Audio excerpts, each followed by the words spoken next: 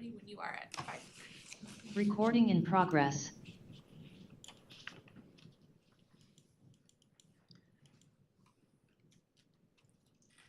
The Auburn City Council study meeting scheduled for Monday, April 28th, 2025 at 5:30 p.m. will be held in person and virtually. Still have 2 minutes. No, she said, We are a couple minutes early. she told me I could go. I said at 5:30 I'm good to go when you are. Okay. Oh.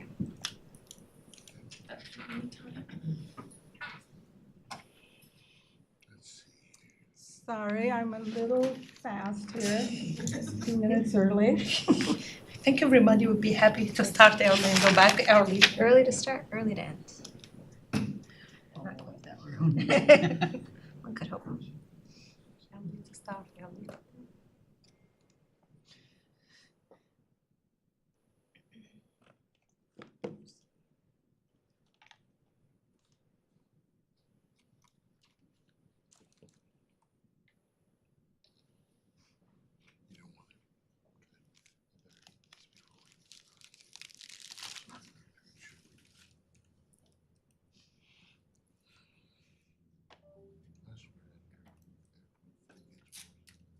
Okay, I am calling the meeting to order. The Auburn City Council study session meeting scheduled for Monday, April 28th, 2025 at 5:30 p.m. will be held in person and virtually. Could we have roll call, please? Deputy Mayor Rakes, Excuse? Councilmember Ammer, Here. Councilmember Baldwin, Here. Councilmember Sturgis, Excuse? Councilmember Clinton Taylor, Here. Councilmember Tracy Taylor. Here. Councilmember Troutman Well. Here. Do we have any agenda modifications? No chair, we do not. Okay, our first announcement, reports, and presentation will be the Police Department Annual Report by Chief Callion.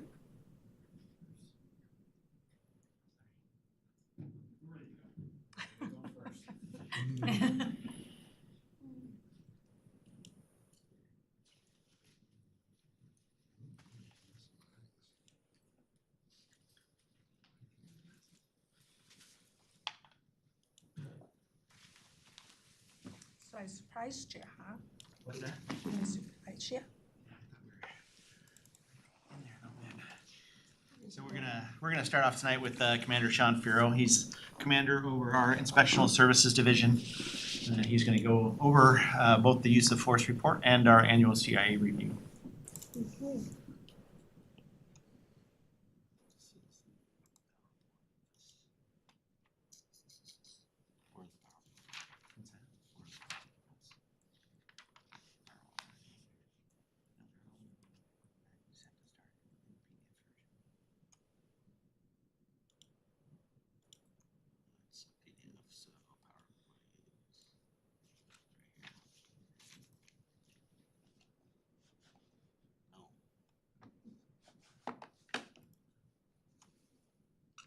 All right, good evening.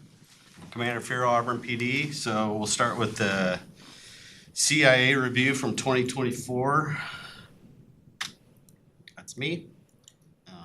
If there are any questions that I can't answer tonight, that's my contact information. So we'll start with commendations. This is comparing 2024 to the last several years.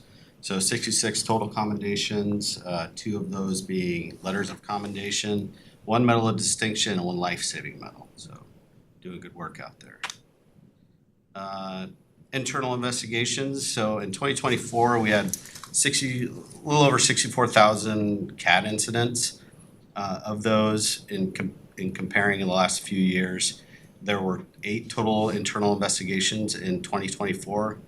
6 of those involved actual misconduct, involving 10 total employees. So if you compare that to the last several years, a little bit more in comparison. But also understand it's a different call volume over the last few years. Internal investigations, still on that. Looking at this, we're comparing external sources versus internal sources. So total investigations for 2024 from external sources were 3, and internal sources were 5, 8 total. Also breaking that down, 2 had sustained misconduct, and 4 of those were from internal, and 2, let me back up. 2 of those, of the total, 2 were from external sources, 4 were of internal sources. Supervisory investigations, again comparing the last few years, same amount of CAD incidents. There were 7 total supervisory investigations, 7 of which had actual misconduct involving 11 employees. Allegations, these are different allegations that have come through over the last year, 39 total different types of allegations. So just kind of a chart of different types of allegations throughout the year. Collisions. So in 2024, we had a bunch of collisions, 17 of which, as you can see, was probably the most causation factor is driver inattention. 6 of which improper backing, 17 or the other driver were at fault, 1 poor tactics, and 2 failed to clear an intersection.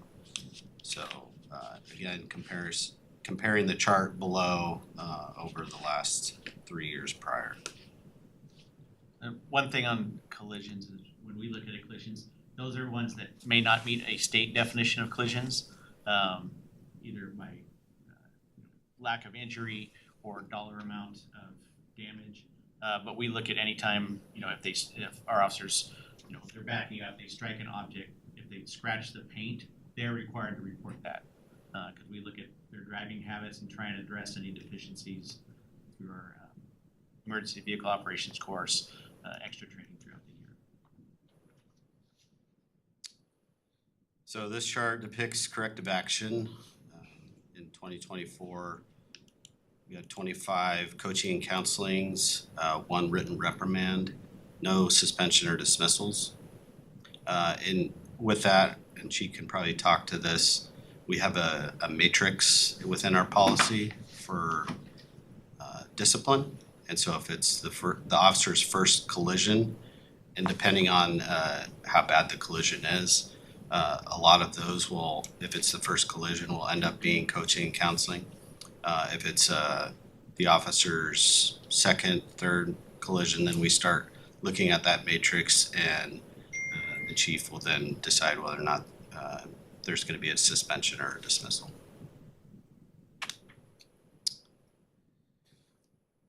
This is combined. This chart depicts action taken for misconduct, whether from internal or supervisory investigation. Comparing 2024 to all the way to 2021. So with light blue being 2024, we received 9 coaching counselings, 5 written reprimands, no suspensions, and 2 dismissals. Outside agency, so anytime there's an allegation of criminal misconduct by one of our officers, we will seek out an outside agency to conduct an investigation. In 2024, we did not have any allegations of criminal misconduct, so we did not have to seek out external entities. Go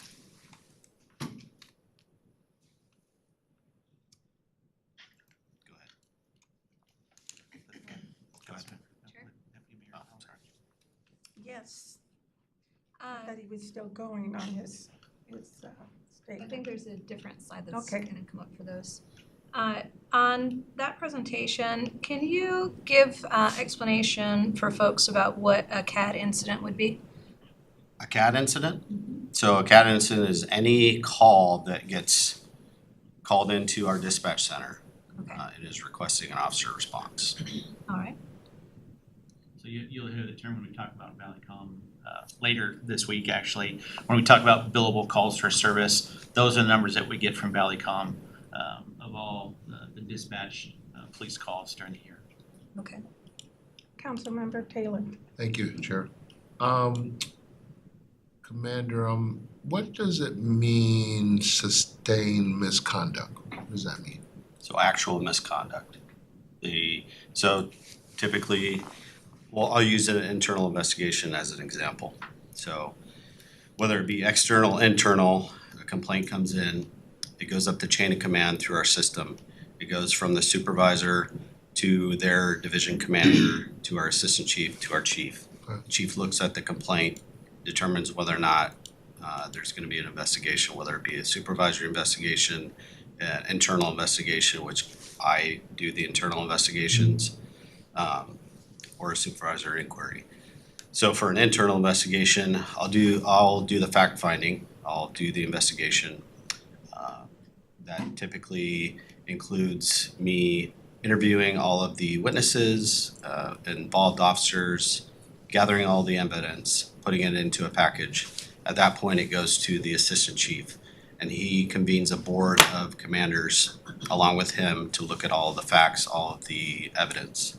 And they determine what policies were violated, if any, and whether or not the misconduct is actual misconduct or no misconduct. So sustained would be actual misconduct. Councilwoman Baldwin. Thank you. On, I believe it's slide 7, where it shows the breakdown of the allegations, it looks like there were 39 total allegations. Are those all separate incidents, or do those have overlap? And Those then, are, yeah, go ahead, sorry. it's all right. And then I was curious because some of them seem like they're very similar to each other, so I'm curious where the lines would be between being discourteous or violating code of conduct or conduct unbecoming or core values, because all 4 of those seem to be very similar. Yeah, so this is pulled directly from our IA Pro system. Okay. These are different allegation types that are within our system. And yes, there is some overlap between the two. So I don't know if that answers your question, but So we set the criteria for what it means. So each incident that's investigated could have multiple policy violations within each investigation. And so most of the all of them are based on definitions that we have in our policy. Like our core values is the core values of our department. It may not be an actual policy number, but we have core values. So that when we find violations, that means they're not meeting one of our core values. Code of conduct has specific language in that policy, and some of those would be like dishonesty, that sort of thing, would be in those separate policies. So they overlap in a sense where they sound similar, but our policy is very specific on what those mean by definition in our policy. Councilmember Taylor. Oh, I didn't raise my hand. I'm like, which one? Thank you, Chair. One more question. The column where the excessive force is, well, just the column in general, no conclusion pending. Can you explain that? I think I know what it means, but I want to be sure. And then can you talk to that column that has a 3 in it? not a problem. So when I put this together, there is still an internal investigation that is from 2024 that has not concluded. Okay. The other thing is, if there's no conclusion, so in 2024, there was dismissal of an officer. And so prior to this officer's dismissal, another investigation had started, and then the officer was dismissed or resigned. And so we could not conclude the findings on that. Okay, thank you. Yes, Mayor. Just one question, Commander, on the code of conduct line.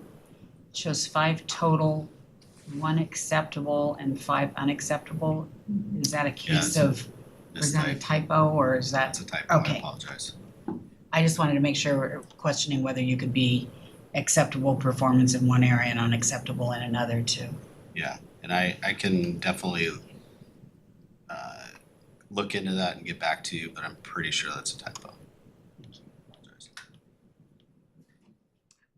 I have one, just out of curiosity. Where do you practice wrecking, or, where do you, because there's pictures here where there's collisions, shows, oops, I just lost you. Oh, where do we do our like driver training? Yeah, driver's training now? Majority of our training is up at SIR. Commander Byers will talk about more of that in our pursuit analysis. But we do most of our training, I keep saying SIR, is Pacific Raceways now. Sorry, I've been around for a while. And we also have used Bowman Creek School, their parking lot. We've worked with the school district to do more slower speed courses. Okay, thank you very much. Councilwoman Baldwin. Thank you. And this is a process I think that may go after we would do our own internal stages of internal investigation and the supervisory investigation. With the outcomes from the findings where there was actual misconduct that resulted in, I believe it was dismissal, do any of those get referred back to the state agencies as far as decertifying? We don't make the determination to decertify them. We report back when they're, we have to fill out, well, I have to fill out and complete a form, send it to the CJTC, and you indicate basically if it meets the criteria for certification standards, or if it's just separation.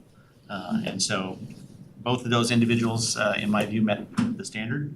So I complete the paperwork, check the box, and then they do their own investigation up there as far as for the certification process. And you checked it to certify or recommend decertify? I don't make a recommendation. I check the box whether I believe it's disqualifying misconduct. All right, thank you. Any further questions? Okay. All right, moving on to the next.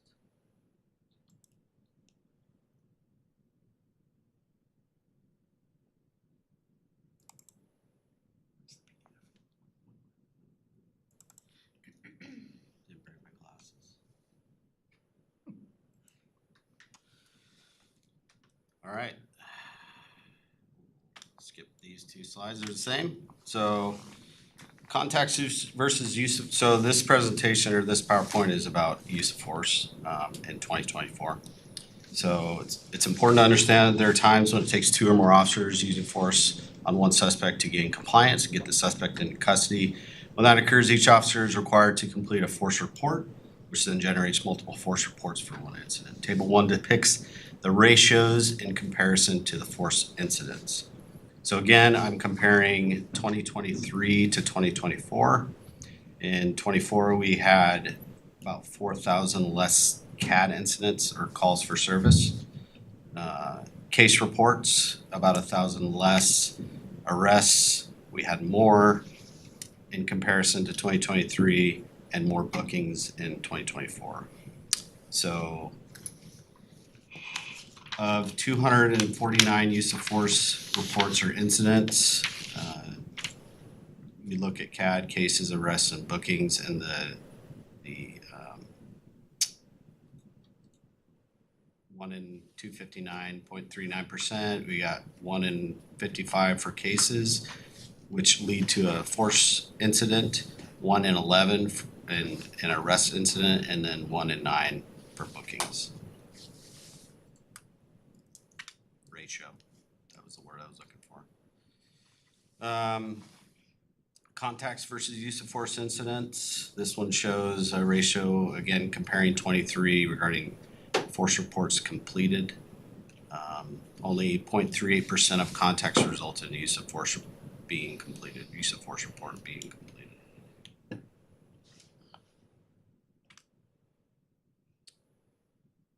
So in force complaints, in 24, we received 1 allegation of inappropriate and or excessive application of force that current incident is the one I spoke to on the last presentation, is still not completed yet, but it is at the board level.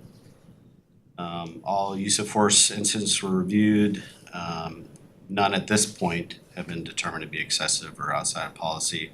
Again, we'll see what the conclusion is of the investigation that's ongoing from 2024.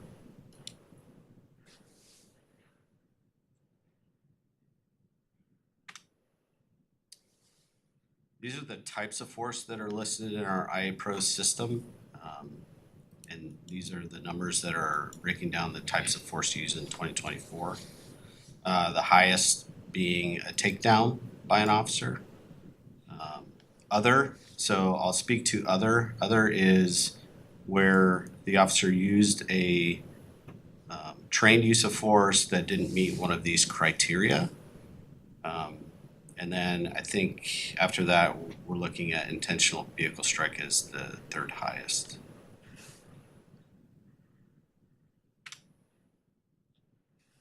Effective versus not effective.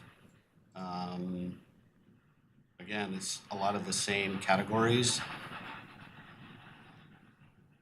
but the most effective in 2024 was the takedown technique, which is a trained technique by our use of force or defensive tactics instructors.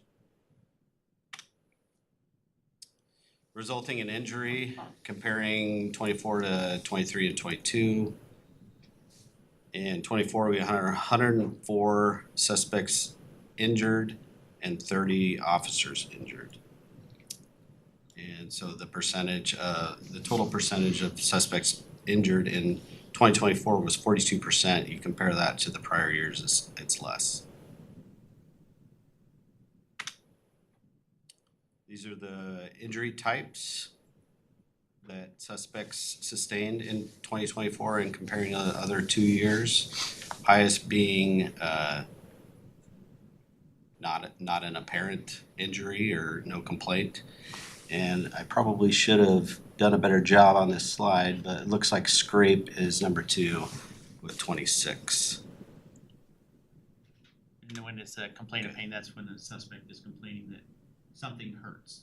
They can't articulate what hurts. The officer's not seeing any visible injury, but they're complaining. So we document that. Time of day. So this chart here shows the highest reports of force in comparison to the time of day.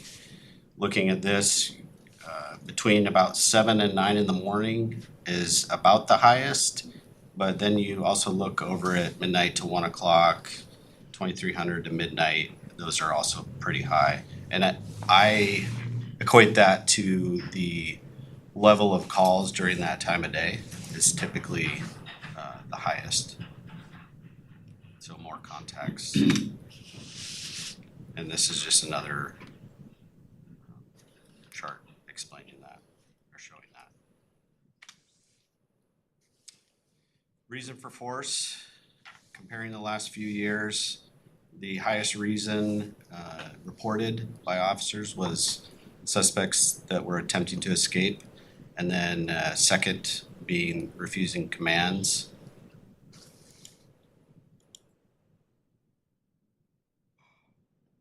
And that, I mean, if you look at the other years, it's pretty similar. So comparing the last few years, also with 2024, the resistance that was encountered by suspects, 2024, 201 suspects the officer reported that there was muscular tension or they were pulling away from the officer, causing them to use a level of force. The second highest being the suspect trying to flee, and the third highest being the officer being assaulted or being threatened.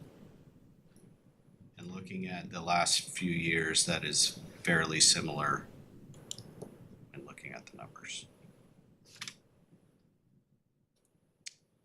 This chart talks about the assessment that the officer articulates prior to using force, and the assessment of the suspect. So in this case, 2024, the highest level was the suspect being agitated, the highest level of assessment by officers, with the second highest being alcohol or drug intoxication. Again, pretty similar to the last few years. Demographics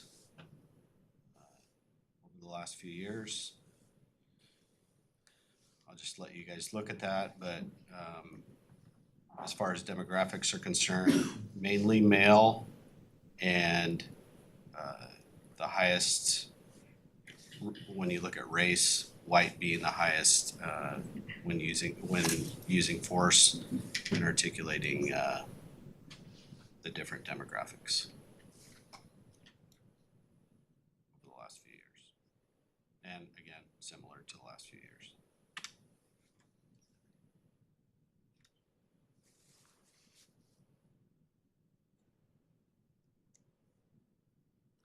Councilwoman Baldwin. Yeah, so the slide that you had on effective versus not effective use of force, I thought was interesting with some of the items that were on there. You know, if there was an intentional vehicle strike or being tasered, I would think that that would, you know, certainly be effective. So I was a little surprised by seeing that. Can you kind of talk through what you're seeing in the field a little bit more around effective versus not effective when you're engaging with agitated community members? Well, I mean, every type of force, it's an option that officers have, and not every time is it going to be effective based on the circumstances. And so that's all I can really speak to that as far as officers in the field. I review videos, chief reviews videos. Sometimes a specific technique is utilized and it didn't work in that situation based on the circumstances, so. Yeah. Things like you mentioned, intentional vehicle strike, that's similar to a pit. So an intentional vehicle strike, vehicles have to be going lower than 25 miles an hour. So most of the time we will see that is when officers have either performed a pit maneuver or they're going slow speed where they're pushing another vehicle either up against a curb to somehow stop from turning into a pursuit. We're required to document because it is considered a use of force. And so, you know, it remains our most effective is takedown. We train if a person is non-compliant, they start to be combative. We're trained to take them to the ground, maintain control of them that way.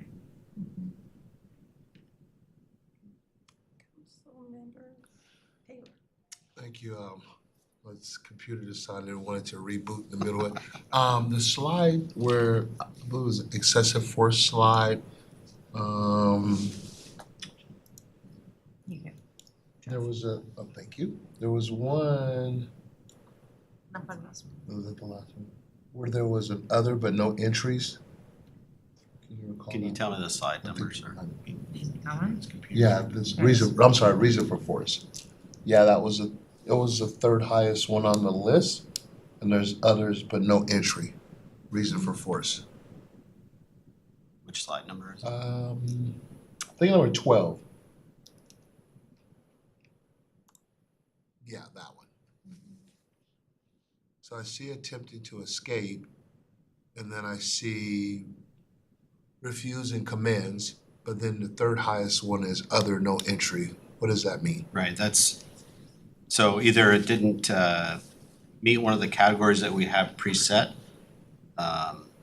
or the officer didn't enter in that specific case one of those categories.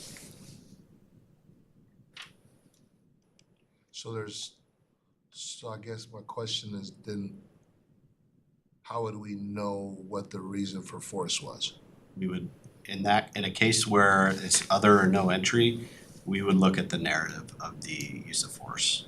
And we'd look at the video and all the other things that were required. Then would it be recategorized? Not necessarily, because it may not fit within the category that we have preset within our system. Okay, got it.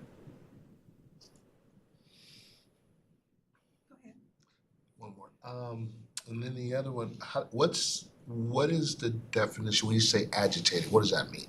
I mean, I know we kind of all know the general definition of that, but when we're leaving it to the officer to kind of say, I think this person was agitated, so there's a reason for use of force, what does that look like?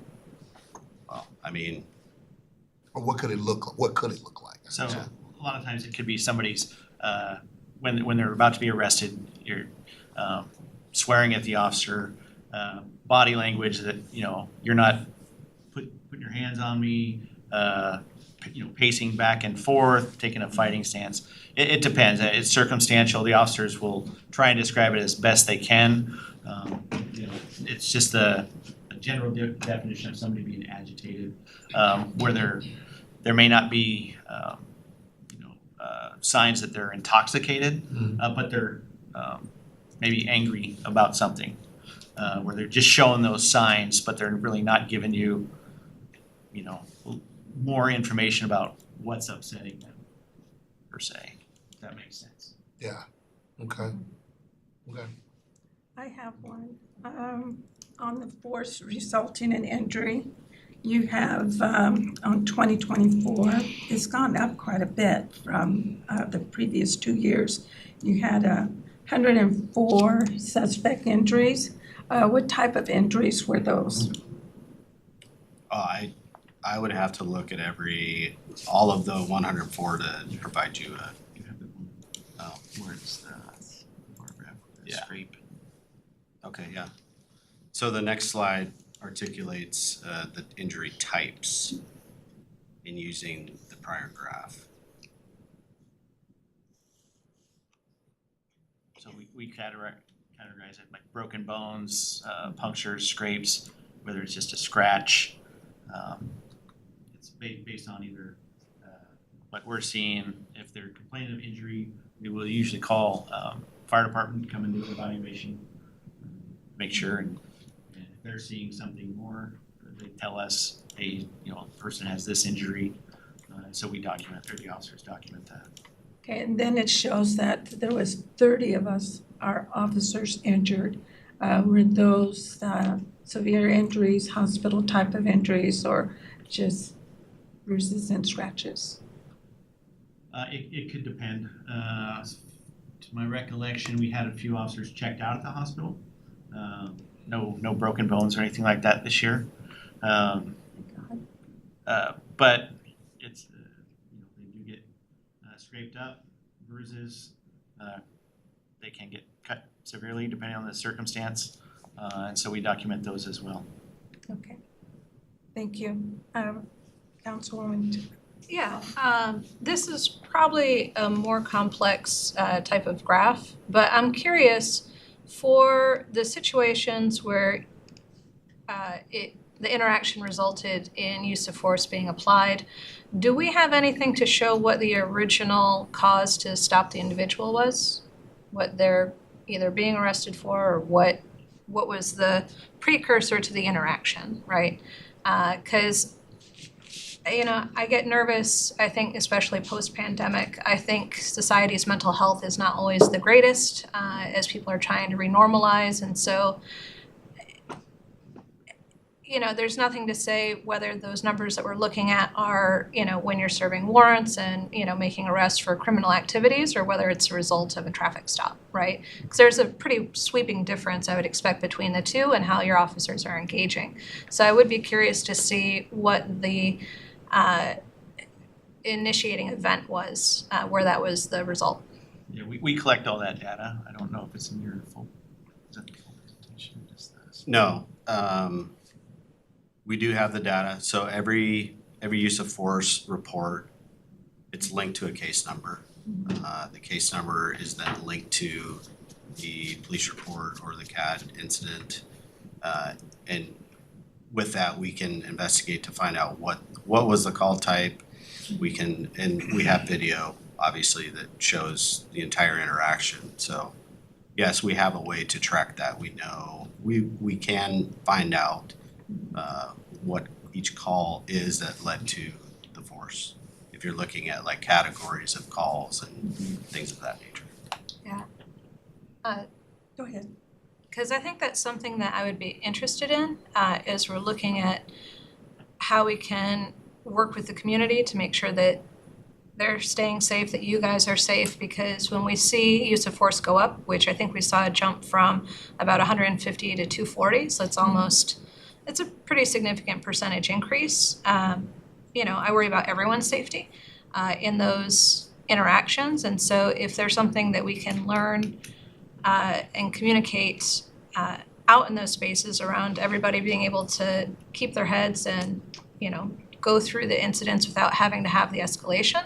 I would be really curious if we could see what the trends are as far as those initiating events. I guess that was part of my question, where that was leading to, but you said it very well. Yes, Mayor Nambakis. I would imagine, Chief, that maybe some of those force reports are because you now have more officers on each call. And if there is a use of force, It could be, that's why we have, when he talks about, because if an officer uses a force, it's not one force report, it's every officer who used force on that call is required to do a force report. And it's their individual use of force, it's not, I saw this officer do this, document my report, it's what force did you use? So that's when he talked earlier in the slide presentation about the numbers may not match the actual incidents, but the amount of force reports generated can be higher. Okay. Any further questions? Do you have another question? Maybe just a comment, which is, I think what we're seeing here perhaps is the outcome of seeing more trends of people trying to flee or more trends of people ignoring verbal commands, maybe a result of different legislation that's happened in recent years, as well as that combination of people trying to renormalize in society again, going back out. And I know it's been 4 years, but I feel like people are kind of slow to come to the table, if I'm perfectly honest. So I think it's seeing the numbers. I'm glad that we have the numbers. I'm glad that we're doing our due diligence to do that tracking, and then just being able to use it where we can to make sure that whatever trainings we have and how we communicate, we can put that out. So, thank you. Any other questions? Thank you. So next up is Commander Byers. He's sitting behind me. And he's going to go over the pursuit analysis. Okay. Get it ready for you. Thank you. I need all the help I can get.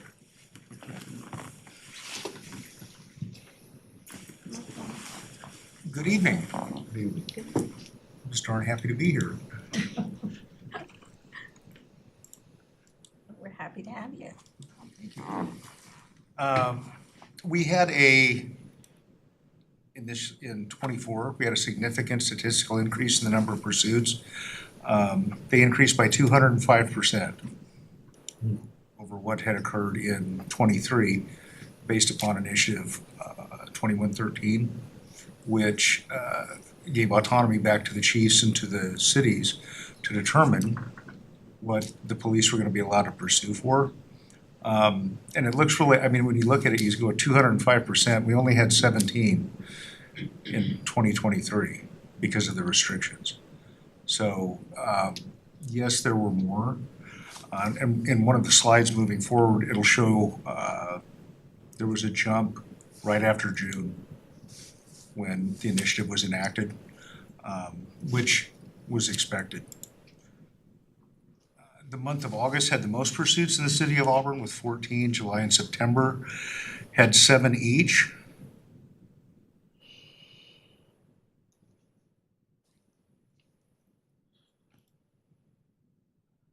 Usually occur between 2000, so 8 p.m.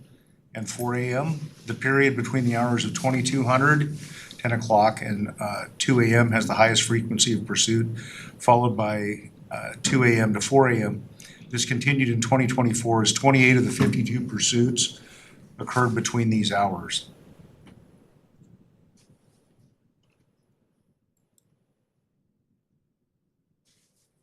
And then, like I spoke to before, 2024, the legislature relaxed the requirements to pursue by passing Initiative 2113, became law June 6, 2024. This returned the ability for the police to pursue for less violent offenses. It continued to mandate that police constantly weigh the danger of the public created by the pursuit against the danger created by the suspect escaping.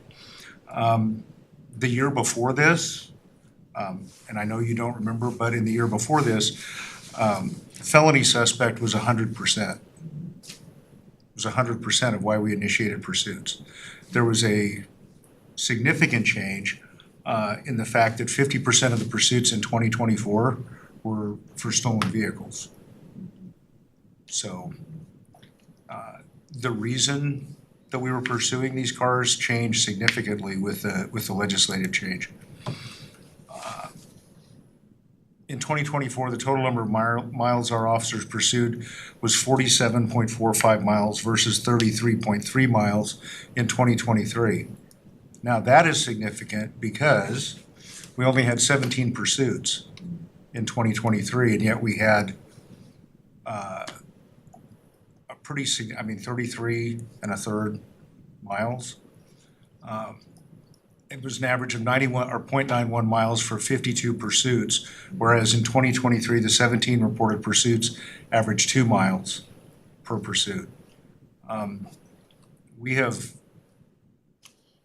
ever since I've been here, our thought has been to try and end these as quickly as possible, right? And it was hard, and I'm sure the chief was doing it, the assistant chief were doing it. We're weighing out because historically, as the pursuit gets longer, it gets more dangerous. So we're getting to 2 miles during this pursuit. That's a long ways to chase somebody at 70 or 80 miles an hour. But if you think about it, we were chasing them for 2 miles because in 23 they were all felony suspects. It wasn't that we were chasing them because it was such a fun thing to do. It was because these were the genuine bad guys, and we were trying to get them. Okay, what it does show is that as that average distance of our pursuit dropped, even though we had a significantly higher number, the officers and the sergeants that were on duty at the time were making better decisions. And they were either self-terminating if it was the officer or the sergeant that was on duty was terminating the pursuit, because realistically, when we're talking about a stolen vehicle, that's a lot of danger to the public over a relatively non-violent crime. And so those officers had to make those decisions, or sergeant had to make those decisions to terminate that pursuit because it's in the interest of the public safety. So that actually I look at that as a very good thing. They were making the right decisions under pressure. And then I talked about this before. The initiative removed restrictions previously implemented by the legislature regarding police pursuits. It allowed the department to implement a pursuit policy that is determined by Chief Collier and can be modified as needed based upon local crime trends, performance by the officers, and the standards and expectations of the community. So I have been, as Chief Collier mentioned before, the collision question that came up, or the retraining question that came up before, that should be more directed at me, unfortunately, because I'm in charge of the EVOC program, the Emergency Vehicle Operators course for the department. So the collisions that we're having and things like that, if you have questions about that, I'm more than happy to speak to those. If you have questions about the pursuit presentation, also more than happy to answer those. I have a question on your pursuit. Do you go across to another county when you're Yes. pursuing? Yes. Okay, and then the other county joins you, or do you continue the pursuit? It depends on the situation. If we chase somebody into Pierce County, dependent upon the crime, there are a lot of factors that play into, are we going to continue to do this? The problem with us getting into, like, we drive into the section of Lakeland Hills, which is in Pierce County, but it's still inside the city. Our folks should know where they're going. Our folks should know directions, and they should know the streets they're on and everything else. They get further south from that, and they're deeper into Pierce County. They may have realistically no idea where they are as far as cross street, what street they're on anymore, or anything else. At that point in time, it is incumbent upon the officer or the sergeant that's listening to it to end it. If you don't know where you are and something goes badly, we can't get the cavalry to you because we don't know where you are. So they need to stop. Other agencies can join in. That is tremendously helpful. Most of the time, when we do that, if we establish with them what PC is, what our probable cause is for pursuing this individual, and they decide that they're going to take it over, they will take it over. We may be there to assist with the arrest or transport, get the individual booked because it's our probable cause. But and that just varies whether they have units that are available in the area or whether they're not. Okay. Any further questions? Yes. I want to say thank you for the 8 attachment for the presentation. They were amazing, and I know maybe sharing just the PowerPoint will not cover everything, but anybody can find the attachment in the city link website. So thank you. It's amazing with all data. We appreciate it. So Thank thank you. you. I miss you. I miss all. He more physics, science. If you call him for any accident, you'll know about the speed and why. So yes, he's more scientist than anybody. Thank you. I did have another question. I'm the one that asked the training. Yes, ma'am. Because it looked like there was high numbers of collisions and, you Yes, know, ma'am. some of them were ours. So how often do you go out there and train? For emergency vehicle operations for the high speed, by legislative mandate, each officer goes every 2 years. Now, we historically do more than that, more than half, in the time that we're out at the track, and we use Pacific Raceways. Usually we'll get 65 or 70% of our officers each year through it. We have concentrated on also if we have somebody that's having an issue, bring them back for another day or another session, which is 4 hours usually, another session of the training. The majority, my opinion is looking at the majority of the collisions that we had, the majority of the collisions we had weren't high speed. They were officers that were backing into posts. They were officers that were hitting cars in our own parking lot, which, as the chief mentioned, if it was Joe and Janet Citizen out on the roadway that bumped cars in the parking lot, the police wouldn't be taking a report because it didn't meet the damage threshold, there wasn't anybody injured. We do it because it's the public's money, and there's a responsibility, right? And so we document all of those things. Part of it too is, and it is a fact of life, we have, not looking at me, but we have a lot of really young officers in the department. And the tones go off, the officers get excited, they want to get out there and they want to get to whatever it is that is prodding them at the time. And sometimes the adrenaline dump overcomes the good decision-making process. And it's a fact of life, it's a learning and it's experience, and the only way they're gonna get that is through time. We did do a special session up at Bowman Creek Elementary School though, where we ran everybody in the department through specifically slow speed. And it wasn't how quickly you can get through this pattern. It was how can you get through this pattern without touching anything that's in it? How can you use, the cars have sensors that warn you when you're backing up and you're getting close to something. Okay, use those during the patterns that we're running so it lets you know. So we have a plan. In fact, Commander Berger just got okay from the school district to use Bowman Creek again this year.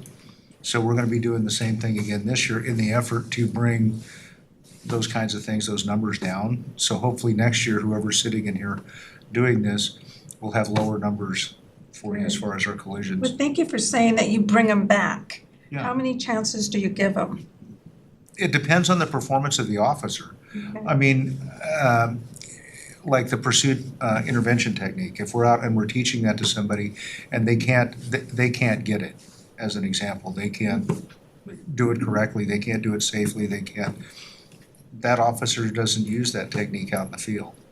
So the odds of them being in a pursuit then, or not being directed to be out of the pursuit, are relatively low. They would be told, yeah, you're not leading this because you can't do anything to stop them.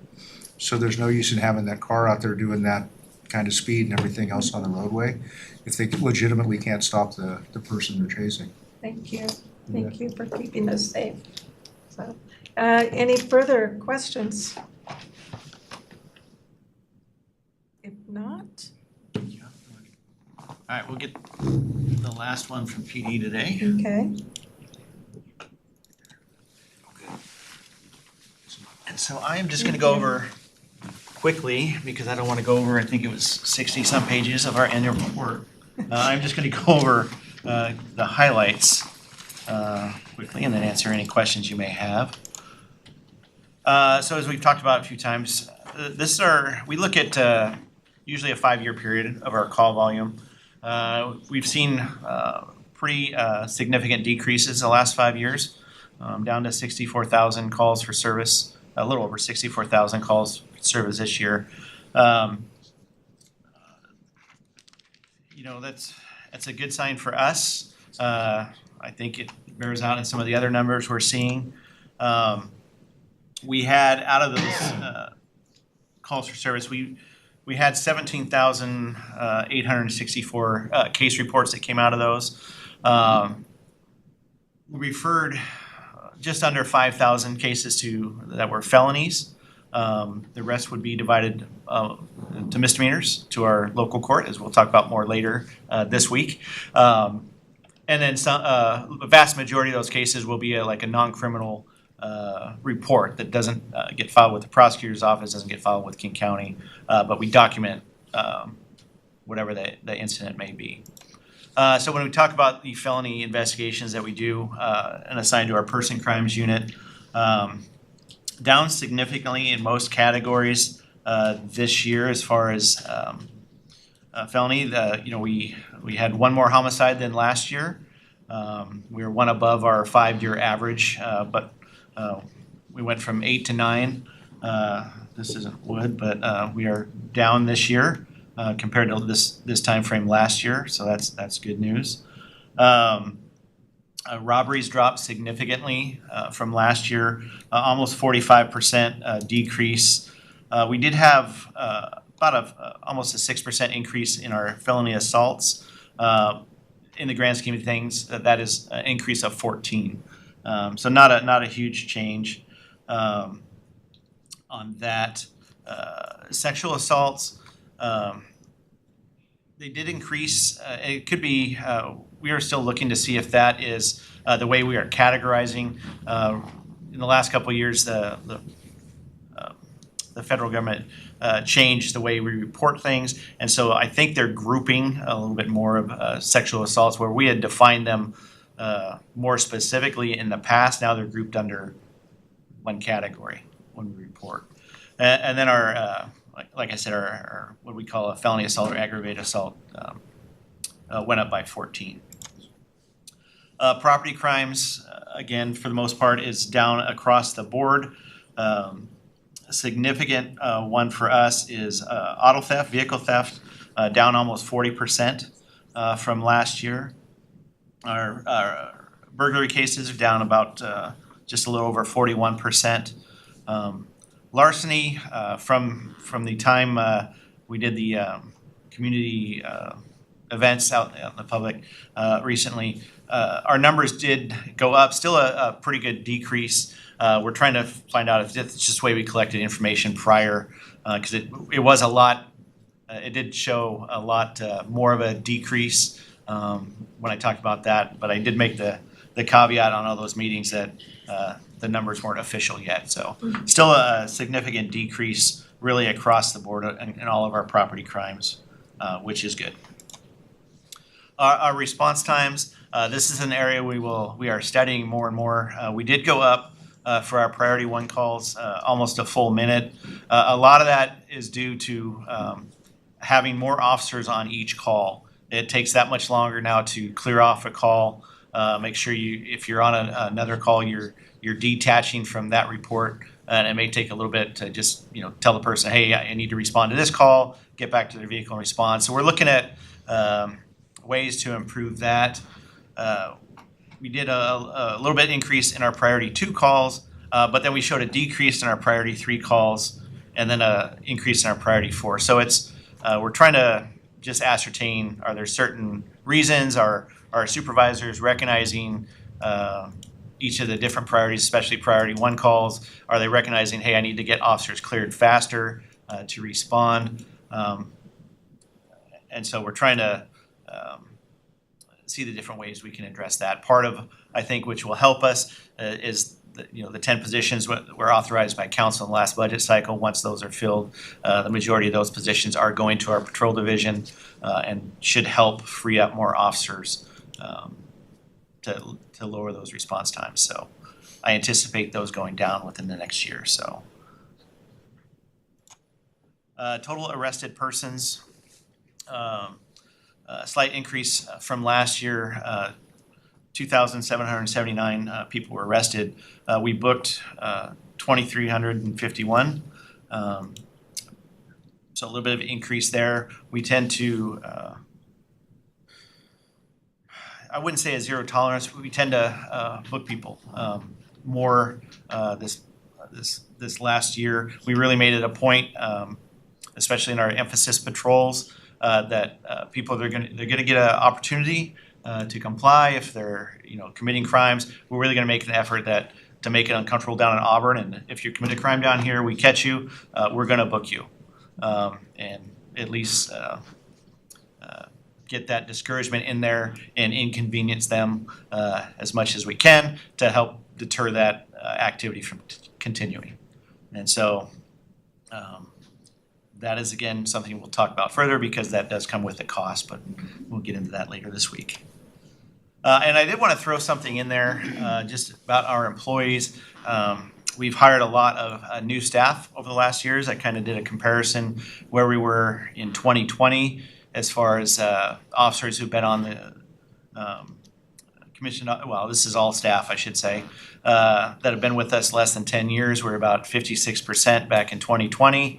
Right now, we're about 63% that have been here less than 10 years. The 0 to 4 years are going to increase because we have positions that we are now authorized to hire for, and we're filling. So our goal is to keep people here so those middle categories start to increase, where they're officers that have been here are going to stay here a little bit longer. And so we really lost, you can see the comparison, we lost those that middle group of officers that would have moved into the long-term categories. And that really hit us, there are several factors starting in about 2019 through the pandemic, through legislative changes, caused a lot of officers to leave, not just our agency, but the profession altogether. And every agency is really still recovering from that. So I just wanted to throw that graphic out there to kind of see how young our staff is. I should say new, because we hire all ages. And so newer, not young. So that's kind of the highlight of our annual report. You should all have in your packet the full report, but I just want to hit kind of the highlights of that. If there's any questions, I'll be happy to answer them, or at least get you an answer. Councilwoman Baldwin. Yeah, so in the staffing, right, and having had the turnover that we've seen for the past few years, which of the different retention efforts have been most successful in your estimation? Of retention efforts? Attracting and retaining talent. Well, probably the biggest one that's kept us on from losing more people is the take-home vehicle program. And we talked about that quite a bit at the time because we're the only agency in the area that did not offer that. And so that's a big attraction to the limited candidate pool. We've also I recently added a full-time recruitment officer. We're still gonna see, because that was so recent, I don't really have good data to see how effective that has been, but we had a kind of volunteer, I call recruitment officers, that would go out to all of our recruiting events and keep in touch with candidates. And what we found is that extra personal touch really would bring people here more. Okay. You know, retention's a hard thing because people that have left have provided all sorts of reasons. What we've seen is that especially the people that stayed in law enforcement, you know, if they wanted to stay in this career, but they lived 15 miles from town and they wanted to be close to home, they would leave for that agency that's, you know, closer to home. And so if there's a certain benefit in another city or another county agency, they may leave for that certain benefit. You know, whether it's, you know, retirement, medical, or it just really depended. We saw, we have not seen a real pattern of why people left, and that is not unique to Auburn. That is, I would say, because I'm in touch with all the South County chiefs quite a bit, that is, you know, not just a South County problem, but that's a statewide retention issue, and trying to get people more interested into this job, this career field. So. You have another question? Only how many more years until we're all complete with the take-home program? I believe we still have 4 years left because we did factor in the 10 additional FTEs, and so the program won't be complete until then. We have one of our officers. We have we track all the numbers, and so once we hit a certain point with vehicles in the take-home program, what we are planning to do is have officers take their assigned vehicle home during the week and then turn it over to the person they share the vehicle with for their work week. And so without having, you know, the take-home yet, it does kind of give the person that during the work week to be able to take it home and maintain it and keep it nicer for longer. Because what we have found just in the short term with the take-home vehicles we have assigned is they tend to last longer and they have had fewer issues and lower mileage. So. Any further questions? I just have a comment. I have met 3 of your new officers, and when I say new, they've been here between 1 to 3 years. And very nice officers, very excited about their future here. And then I met another one at a restaurant, first day of his on the job, and he was so excited about going and getting his uniform and going to work. So you've got some nice police officers that are happy to be here, and it's nice to know. Thank you. Thank you. Okay, do you have some more? That's all for That's it? PD tonight. Okay, then, do you want to take this on? Go ahead. Are you sure? Okay. Our next will be our community wellness discussion and be the consolidated annual performance evaluation report, the CAPER, with Director.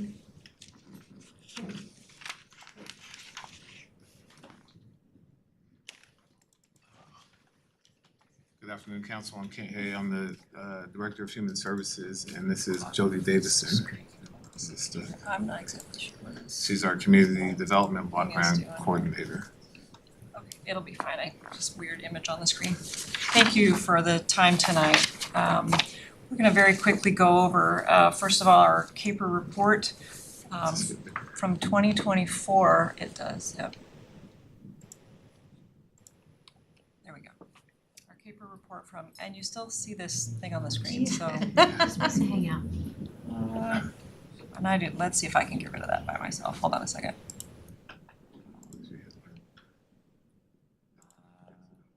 It's gone. Let's see. Okay, this might work. Sorry about that, a little technical difficulty here. Okay, so, sorry, let me just get all this on the screen for us here. So the submission of our annual action plan and our consolidated annual performance evaluation report, known as the CAPER, because I love the short acronym.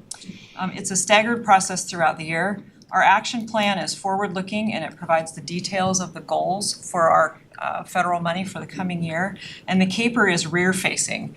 It reports to the city how we did with the funds that we got federally from the year before. So tonight we're at the CAPER report.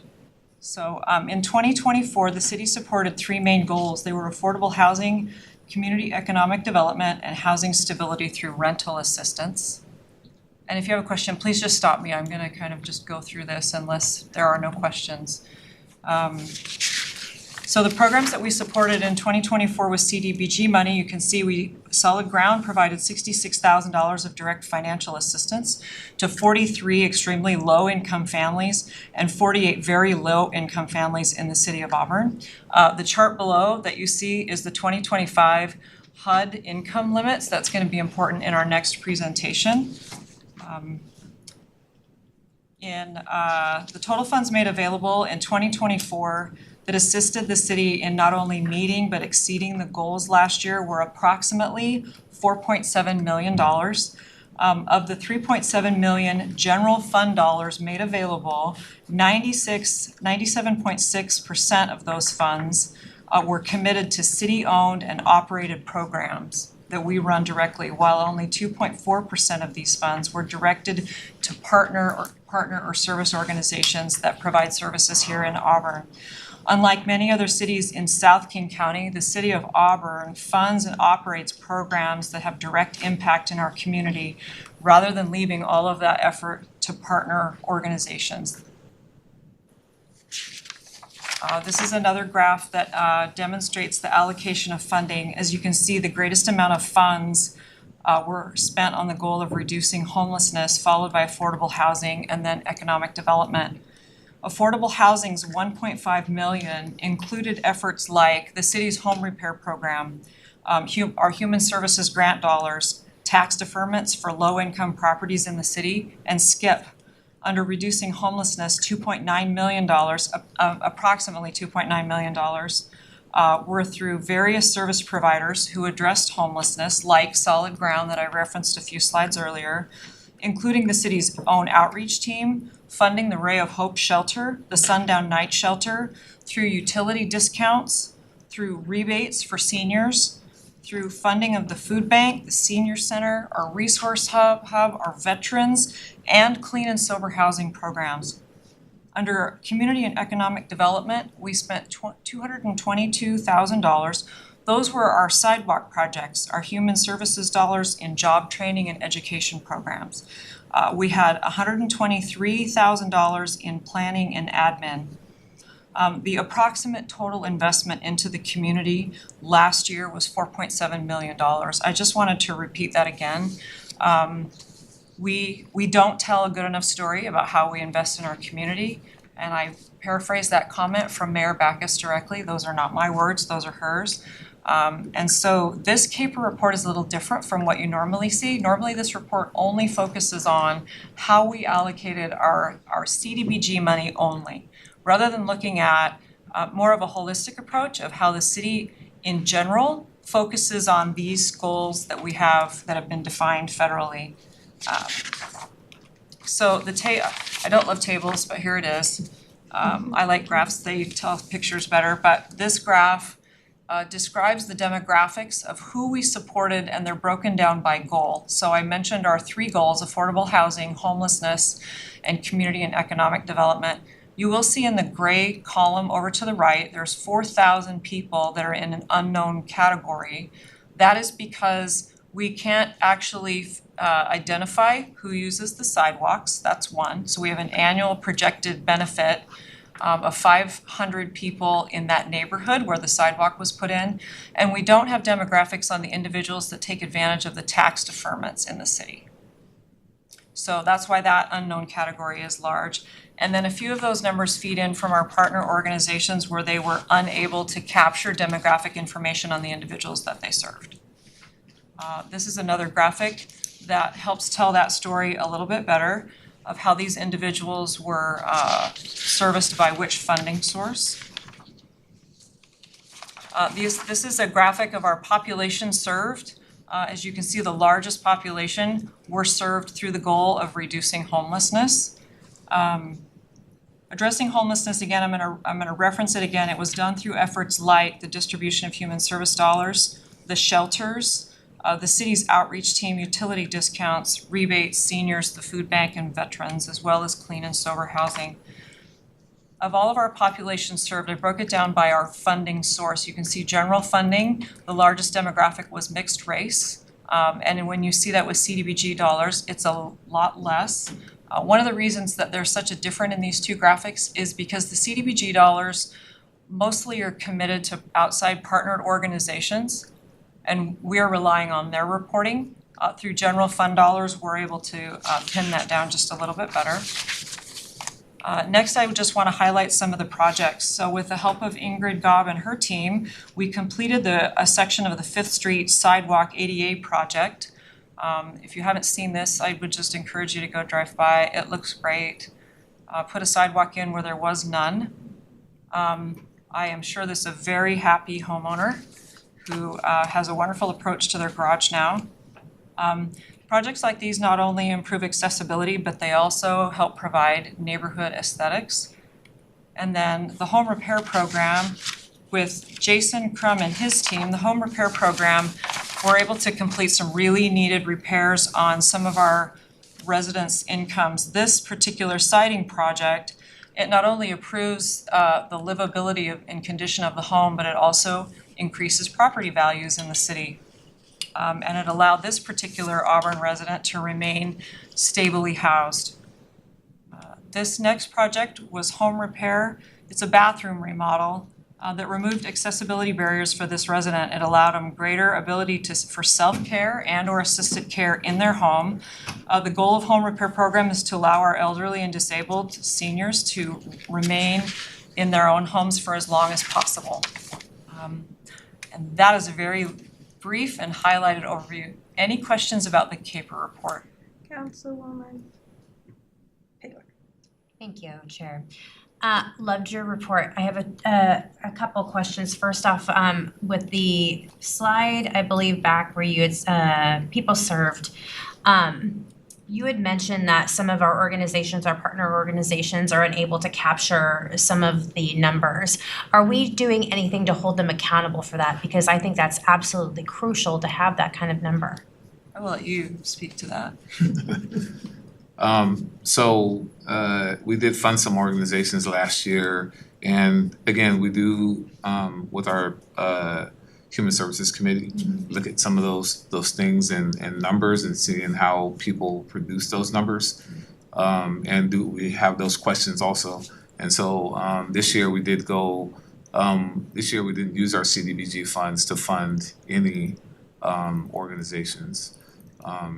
I feel like the last organization that we did have, there are some questions about that, and so we had to address those issues. So yes, we do hold all the agencies accountable who we fund. Go ahead. Thank you. So since we're being, I guess, granular in this sense, are we going to put some sort of language stipulating that we will require these kind of numbers? Correct. So we, in this funding cycle, not CDBG, but our human services dollars, we did change our contract to put that verbiage in there to make sure that all the new providers that we have for the 25-26 understand that there's accountability in there. And so we do pay people on the numbers that they do produce, instead of just funding, kind of what they give. So they get funded for the number, so the work that they've done. So if they say they're gonna serve a certain amount of people, if they didn't serve that number of people, they don't get paid that full amount. We prorate the payment rather than paying them the full amount. If their service numbers fall below projected numbers contractually, then we do prorate that payment and we reduce it. And also we did fund less agencies this year with bigger dollars, which gives us, the Human Services Committee, more time to interview those agencies, go out and see those agencies, make sure that everything is very transparent so we know what they're doing for the next funding cycle. Thank you. I'm glad you asked that question though, because I was concerned about it, and I am so glad that Ken was very transparent on and answering that question, and they were going to be looking into it, so I'm glad that you come up with some things. Thank you. Councilwoman, I have a comment because I did I know. a lot of volunteer. Sometimes they prefer not because you give them the option when I was volunteer with United Way. Some they prefer not to mention or they so how because now if we wanna ask to be required if the customer they feel non-comfortable to disclose what they call themselves. I think we should give them a grace because the main goal to help people. Yes, we need to focus about the population, but sometimes you have to get your bias. Is that correct? Have you seen some people prefer not to mention? I think more of one of our agencies we just have them come in and talk today. We see more of not willing to give like gender and those things, but more of where they're from, the location that they're coming from. So like in our youth shelter, we're seeing a high number of individuals coming from Tacoma in Seattle. But also there's a huge population of people because they're leaving domestic violence situations that don't want to say where they're from. So we don't know where they're coming from. Councilwoman Baldwin. I feel like the presentation is strange to me in how the data is rendered, and that might be due to the sort of combining of the general funds and the CDBG funds, because I'm used to it in the past, I think typically covering a more focused approach on the CDBG money, as you had mentioned at the beginning. Was the change in the report out due to a change at the federal level for how we're going to provide that information to them? Or why are we suddenly including our general funds in this report out? I think because when the Human Services Department came into play and became its own entity, our goal was to have indirect services and direct services working together because it was so different. We were doing stuff outside that, and then the way we were presenting from the indirect services didn't match. And so we were trying to bring all that together to, again, a whole holistic approach. So our CDBG funds were used for homelessness, just like our human services dollars are used for homelessness and keeping people housed. So there was no separation in the way we were using them necessarily. We were using CDBG funds to fund an organization that housed people in Auburn. And we're using human services dollars also to house people, to keep homelessness brief, get people off the streets. So I don't know where they're pretty in alignment currently. That's why the CAPER is focused on three areas for the most part of homelessness, housing.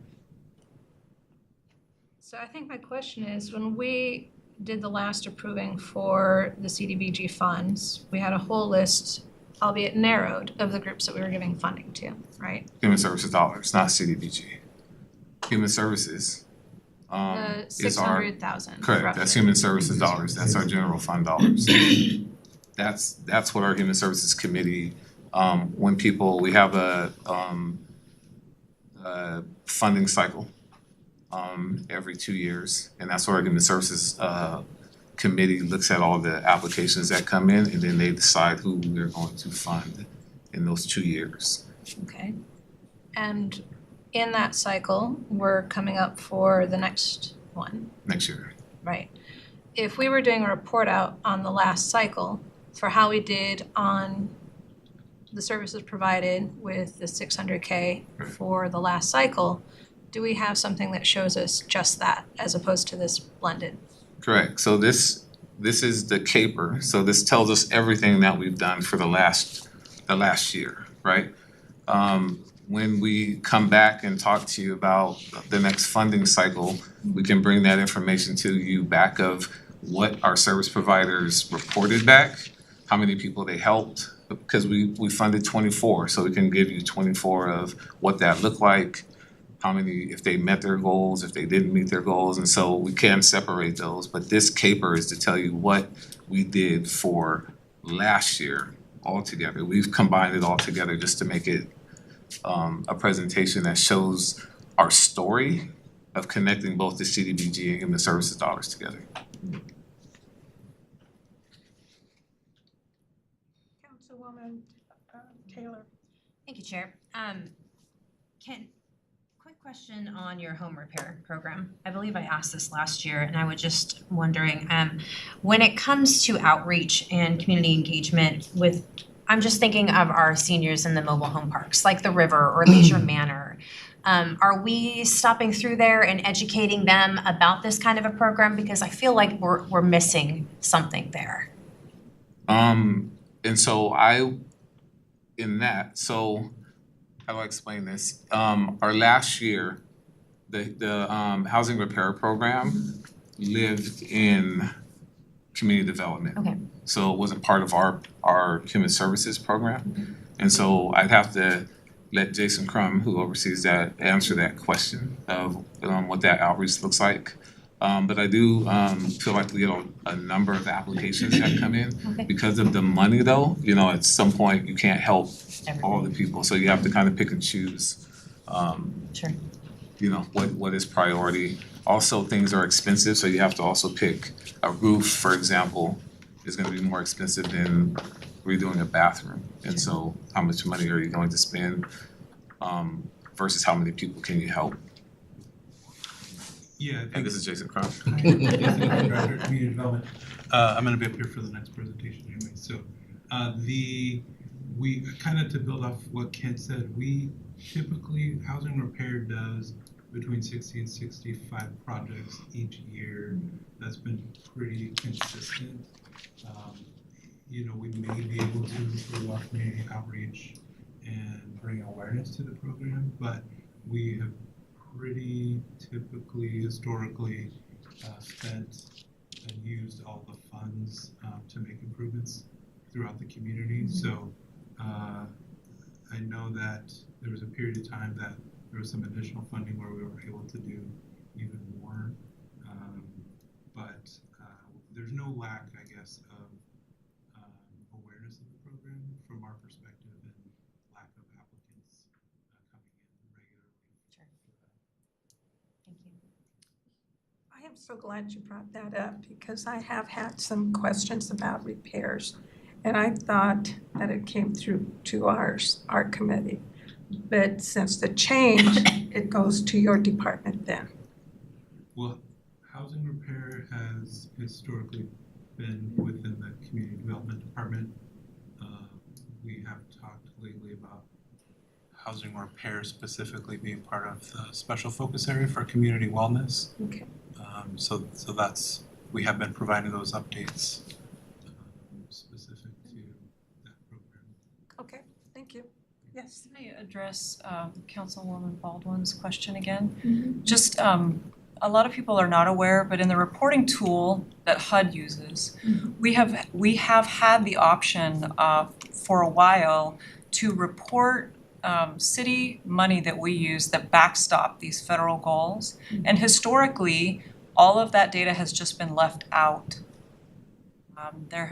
When I looked back at historical reports, it's always been an option to identify if city funds backstopped a specific goal, and if it did, report how much you spent, report how you spent it, and report who you served. For some reason, and I am not aware, it has always just been omitted. And I don't know why it got that way, but since the tool is available and the report function it's an option, this year I decided that we should probably just report what we do to backstop these goals. So that's one of the reasons that you're seeing these combined numbers. I think the specific report itself, the specific CAPER report itself, it does define what was city funded and what was CDBG funded, and those specific metrics for the specific demographics are actually broken out. They're not mingled together. I hope that helps answer your question.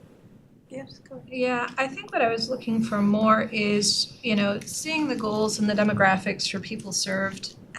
I'm not so, I don't want to say I'm not concerned with demographics, but I would be more concerned to know within each of the goal areas, which of the programs in those areas were effective. So if we had, 4 programs under goal 1, of those 4, who's getting helped the most efficiently, and at what cost? Under goal 2, of all the people being helped, I'm trying to get more in a sense of, we do all of these programs, we put funding towards it, but what's effective in those and what's helping the most people most efficiently and in the goals that we have.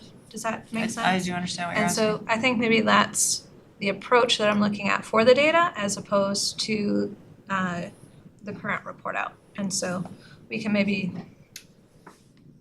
I can dig into the longer, more robust report and see if it's in that. Or I can work to formulate those questions and relay them to the department through the mayor.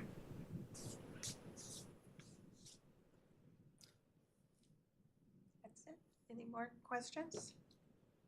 Okay, thank you. Now we're Next. gonna try to go. The resolution 5825.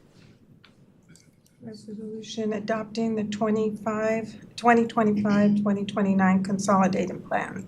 So we have a presentation for that. You do. We do. Okay. We do.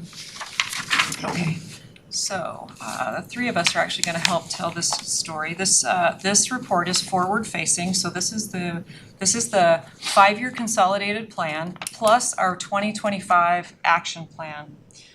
So you may remember that last year the city contracted with Cloudburst Consulting Group to conduct our needs assessment, our market analysis, and to identify the specific barriers in our community. Their final report actually becomes the largest section of our consolidated plan, and it outlines specific details related to the city of Auburn and the barriers that our residents face. As you can see, during the development, creation, and now in the final stages of this plan, we've continuously created opportunities for public engagement as well as council input through this process. The goal was to ensure that we created opportunities for marginalized communities to provide input and ensure that your ideas and desires for our community were woven into the process along with the research that was conducted. You may remember this slide from last October. The items in red are consistent from what we heard from the public and from the data that we collected. The 2 main themes that we moved forward with in this draft plan are addressing homelessness and affordable housing. From the public and the stakeholder engagement, we were given a list that detailed the most pressing needs in our community. And as you can see, housing and homelessness were in this list. One of the requirements of HUD is that through the assessment tools, we follow where the data directs us. Housing and homelessness were both identified as critical areas in the needs assessment, and it tells us that this data is consistent with the feedback that you provided to us this last year. We may not be able to address everything in the previous slide, but we are able to focus on these 2 critical areas where community council and the needs assessment are all in alignment. We see a need to address housing in a multi-pronged approach. Under affordable housing, you might notice that the funding goal is listed as a 0 CDBG committed dollars with the city amount of $690,000. We identified these 2 goals, but we have 0 federal funds directed toward it currently. The reason that we have to list it is because without designating it in the consolidated plan, if we need to pivot to this goal with future federal funds, we would be prohibited from doing it, and we would have to go back and amend the consolidated plan completely. Under addressing homelessness, you can see that a very large investment by the city with local taxpayer dollars of $3 million. The city sum is an estimate based on approximate spending from 2024 across multiple city initiatives, and this was referenced in the CAPER presentation a few minutes ago. The next slide is Jason's. Yeah, so this proposed consolidated plan update kind of represents a funding pivot for housing repair. one that we're pretty excited about, and I think kind of sets that program up for continued success in the future, which I'll touch on briefly, but may go without saying, but building off of what Jody shared earlier, housing repair, I think by any metric is hugely successful. Everyone involved finds it extremely rewarding. The citizens that these projects help for, sometimes relatively low financial commitment, is literally life-changing to our customers and our citizens. So just the opportunity to be involved in this program, continue to find ways to support it and make it secure. I appreciate that opportunity. I know all the staff that are involved. I really appreciate that as well. So with this model, I think a couple of improvements that we look forward to are, as Jody kind of touched on, with the uncertainty of potential future federal funding, by not tying the housing repair program directly to CDBG funds, allows that program to continue to be stable, predictable, and provide the services that it currently does. Another thing we've noticed over the years is that the federal requirements, the administrative requirements involved with providing grants has become challenging over time. Kind of what projects qualify, what don't. We also last year there was some changes to contractor registration requirements where they had contractors for the projects that we were awarding for our citizens. Those contractors had to be registered through the SAMS.gov registration process, and there were contractors that we rely on pretty regularly to help us with some of these smaller projects who they flat out refused to register. Some of them just said we don't really want any part of it, it's not worth it to us.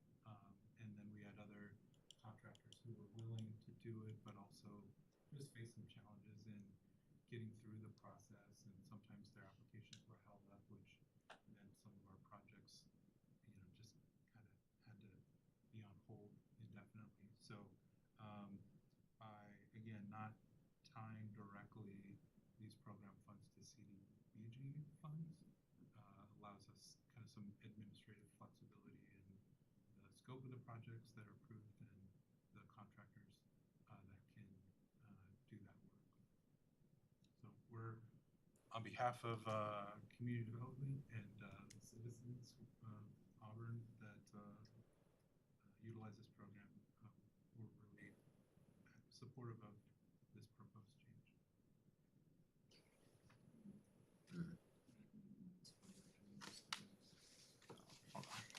Oh, yes. And so with the recent purchase of the resource center on Auburn Way North there,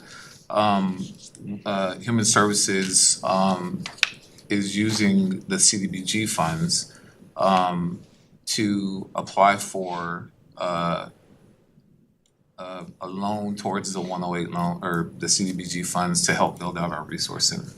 So again, as we kind of pivot to help with making sure that the housing repair program is strong and lasts, and it's not so dependent on the federal funding that may disappear, and then we have a lot of seniors and folks who aren't able to stay in their homes, which creates more homelessness.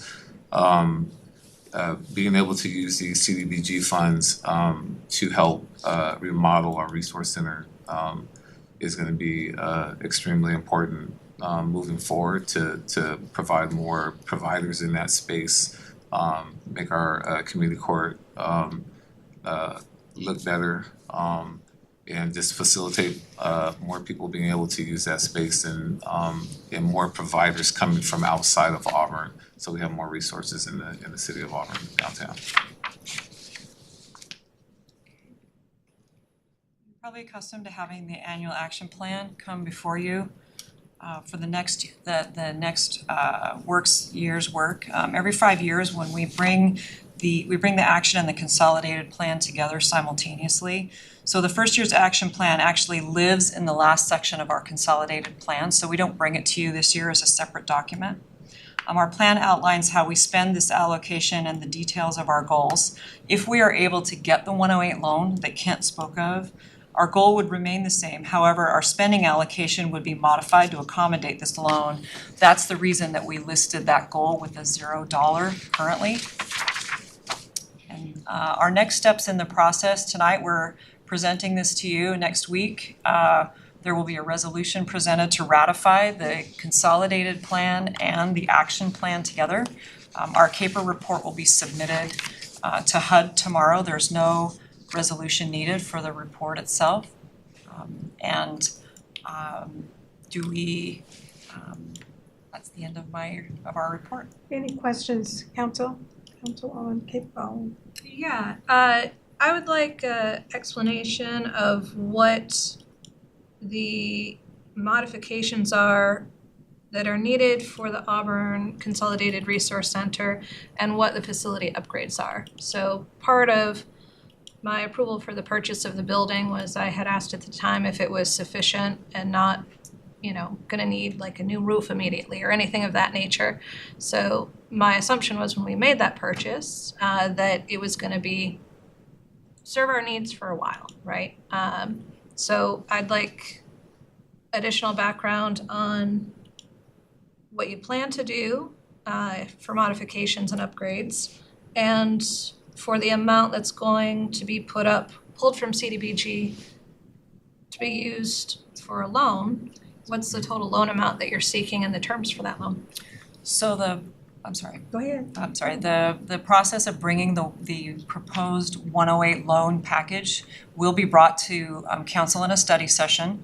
All of those details that you're asking are currently being formulated. It is kind of a lengthy application process with HUD that does involve not only City of Auburn regulations, but also a lot of federal regulations as well. We do have a design that was created a few years ago. And so that will be all brought to you. We don't have that information tonight to present to you, but I would reassure you it is going to be brought to you hopefully within the next 30 days.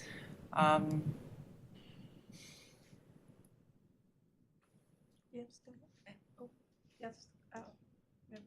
So the build out of the resource center is what that 108 loan would be utilized for. The building itself is in fine shape. This is to build out. Right now there are tables set up in the resource center. This is to build out so individual organizations, nonprofits have the ability to have private spaces for interviewing, counseling. This is just enhancing the opportunities for the resource center. Yeah, so it's no new roof or anything wrong with the building. We're just providing a space that will allow for more providers to be in that space. Because right now we only operate the resource center as part of the community court on Thursdays from 1:30 to 3:30. It'd be nice to have that 5 days a week with more providers coming from outside of South King County. We don't have a lot of providers in South King County. So providing them some space to be in our area would, I think will prove beneficial to helping more people and bringing the kind of services that we need down this way. So tenant improvements basically is what this is. Do we know about how much money we are asking for? We can borrow up to 5 times our annual allocation.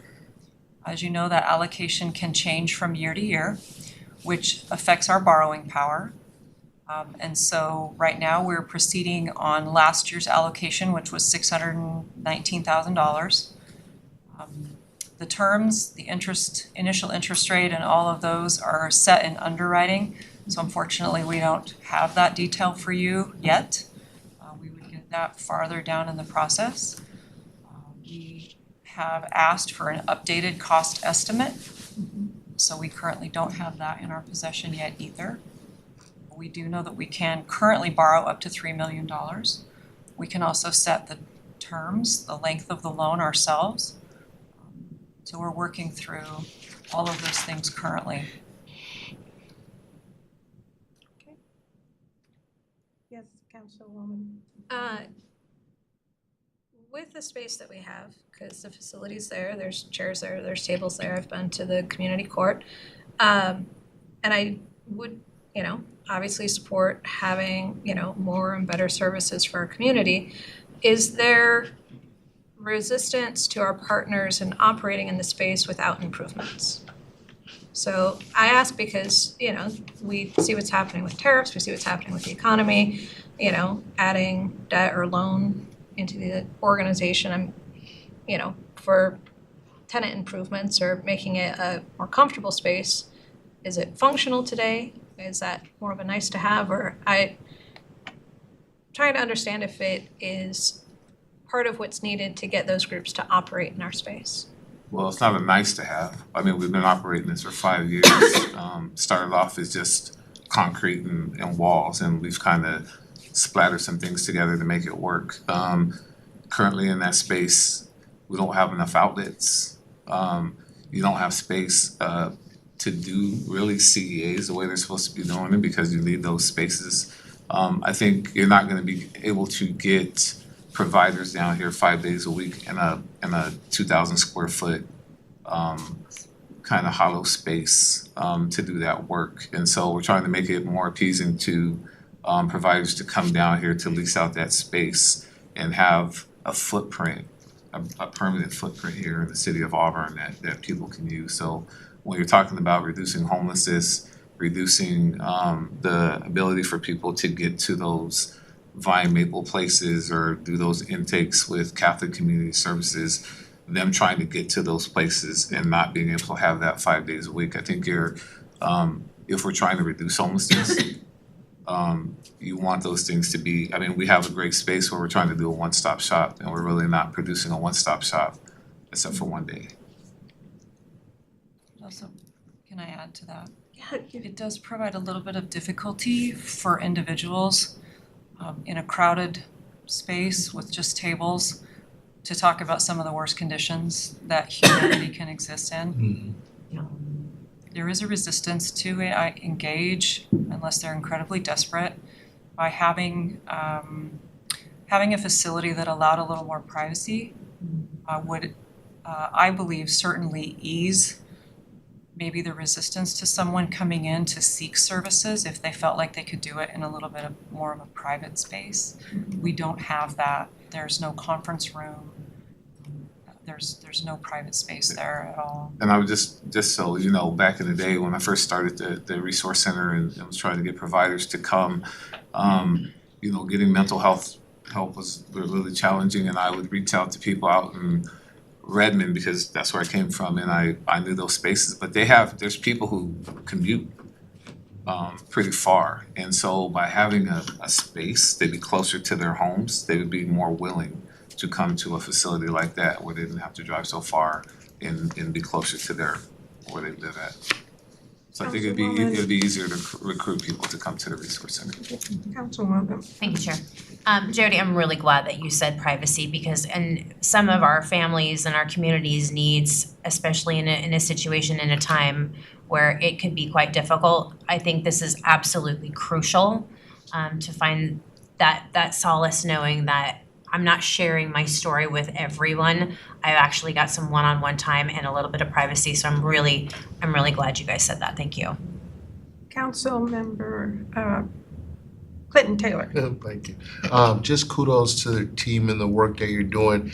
My one comment would be to that is it also gets to be a confidentiality thing where there's laws about that. And so you can't just be having discussions with folks about certain things and certain documents laying around. Right. And in a room this size, and you got 4 or 5 different things going on where someone might be here for this service, someone might be here for that service, and I'm having a conversation with you about something that could potentially, be harmful to you and your family or you as an individual. So the fact that would like to create some space for folks to have it's not just the privacy for them, but it's also kind of to protect also the staff too, because we're responsible for the information that we collect from people and how that information could or could not be used or got out. So just kudos to even thinking about that. I've seen the space. I'm surprised you've operated for 5 years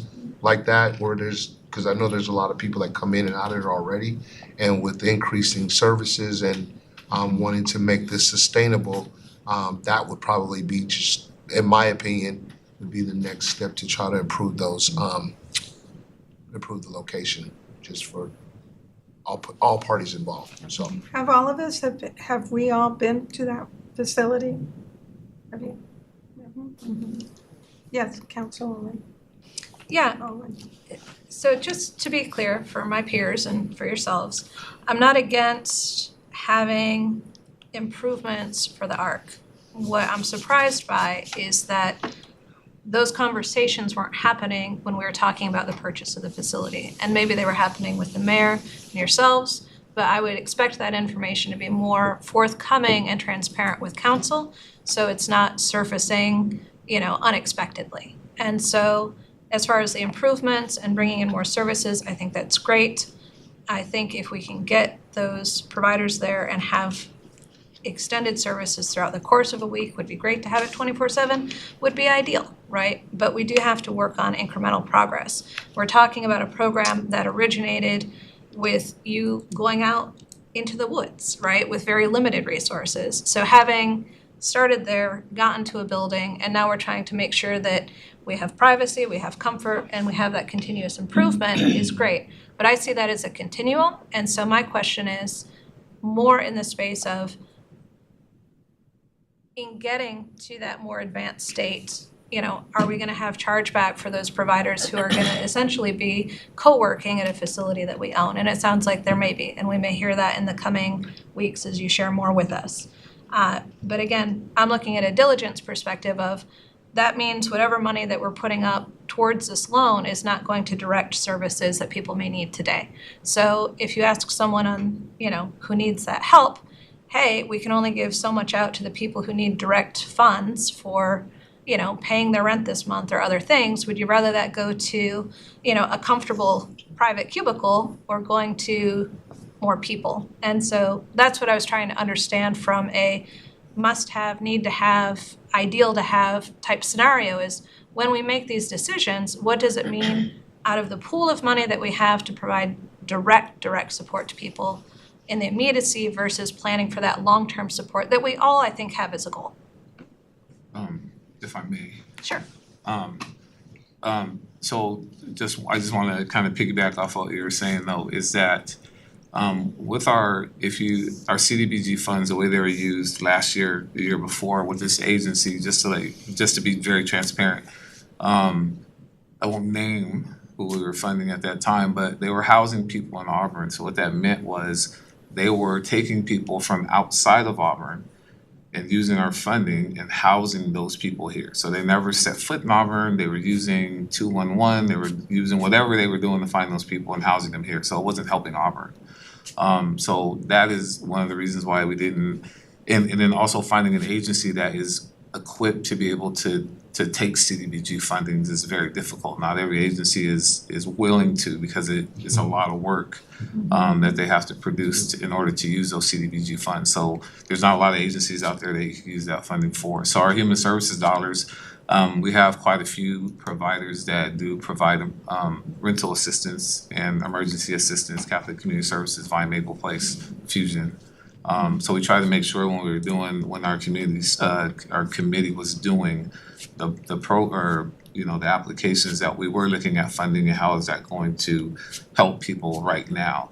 So when we're looking at the CDBG money, that money will, the goal is to pay that money back with the CDBG funding. So we're not gonna be using a different source to pay that back. So in the long run, I think that you will see that improving a building with more providers who will bring more resources and financial assistance is going to be better in the long run, using that CDBG funding. And then our human services dollars, we make sure that we're looking at a holistic approach on what we're missing, what we're not able to handle, and putting those things in place for people in the community.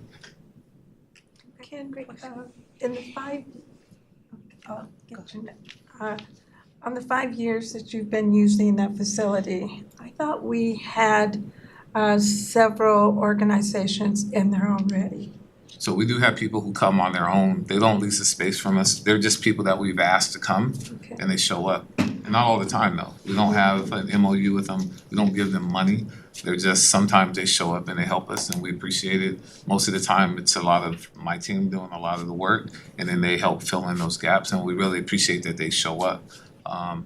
But I think they would be there if they had a space more permanently. Okay, all right. Yes, Councilwoman Amir. I have a question. I'm not sure. I think, have you went to Redmond Together Center?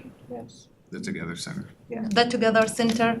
You should go visit. That's what we should think about it, how we want our Auburn site to be, because the way they have the building, they have the privacy, they have the rooms, they have the ability even to have this room to rent it to another event. So we should think, which that's why I think I like the idea to have one bathroom to share between provider. I think 1 or 2 bathroom, it's not welcoming.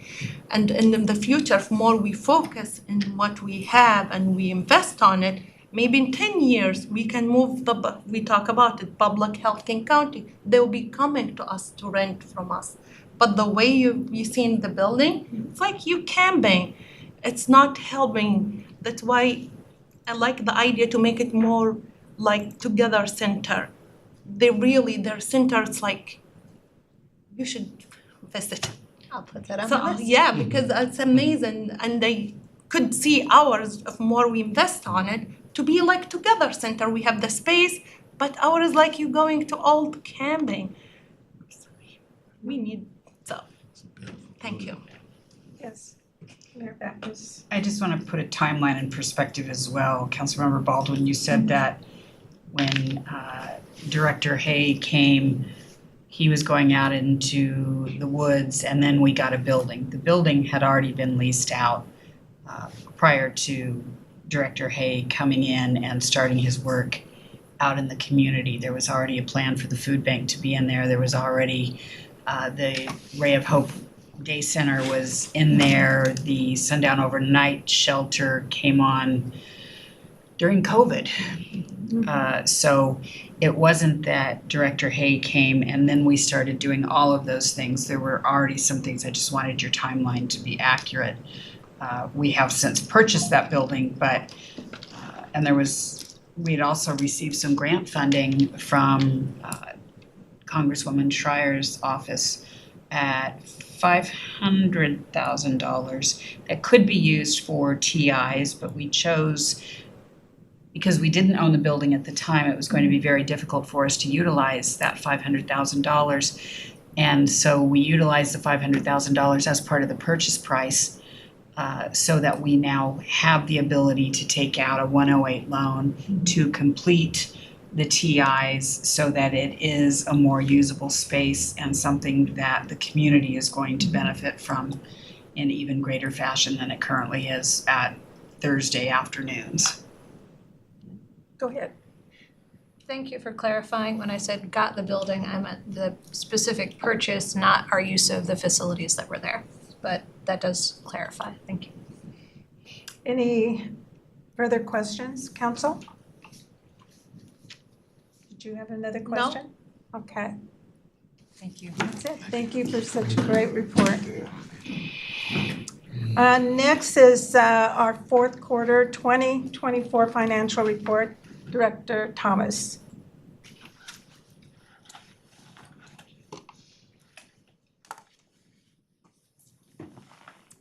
Welcome. Thank you. Good evening.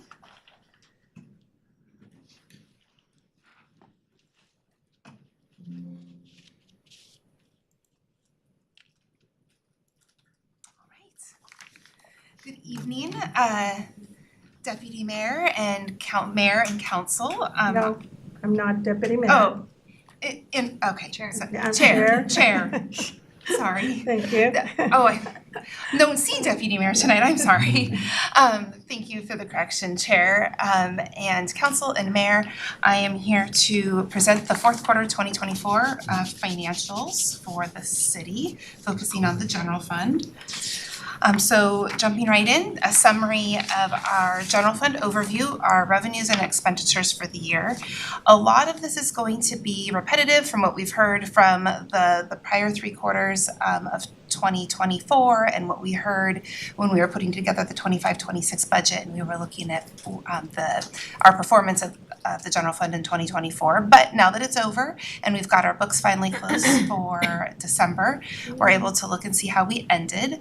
In the end, our revenues ended $5.7 million above budget, or 5% above budget, and we outperformed the previous year by $4.8 million, or about 4%. And then on the expenditure side, I don't want to say outperformed, but we underspent our budget by almost $15.8 million, or 14%. But we did spend almost $7 million more than we did last year, which we budgeted for. That's a trend that we've been seeing with our general fund expenditures is our costs are increasing. But as far as what we budgeted, we collected more money than we had budgeted for, and we spent less. So we are in the good position on both sides. I'm going to focus later on in the presentation on our significant revenue sources and the variances that we see there. I do want to point out on the transfers in, we did underspend our budget by $9.4 million, and we'll see when we get, we transferred in $9.4 million less, and that just has to do with the timing of projects, and there's actually a corresponding reduction in expenditures as well. So we budget to transfer in money into the general fund, and there's offsetting expenditures for that as well. So revenues are less favorable, but the revenue or the expenditure side is more favorable when we compare budget to actual. So tax revenue, jumping right in, our property taxes account for $70.9 million of our general fund revenue, or 67% of the general fund budget. Our property taxes being our most significant source of tax revenue, making up 34% of all of the taxes, and we budgeted $24.4 million. We budgeted for $24.4 million, and we did meet our budget as expected. There's usually very little variance in what we budget and what we collect because we levy a certain amount, and that is how much we get eventually from those property tax collections. Retail sales and use tax makes up 29% of our general fund taxes. We budgeted $20.6 million. We were slightly under our year-to-date by $95,000. That is a trend that we are seeing in the first couple of months of 2025, which is an indication of potentially that recession that we've been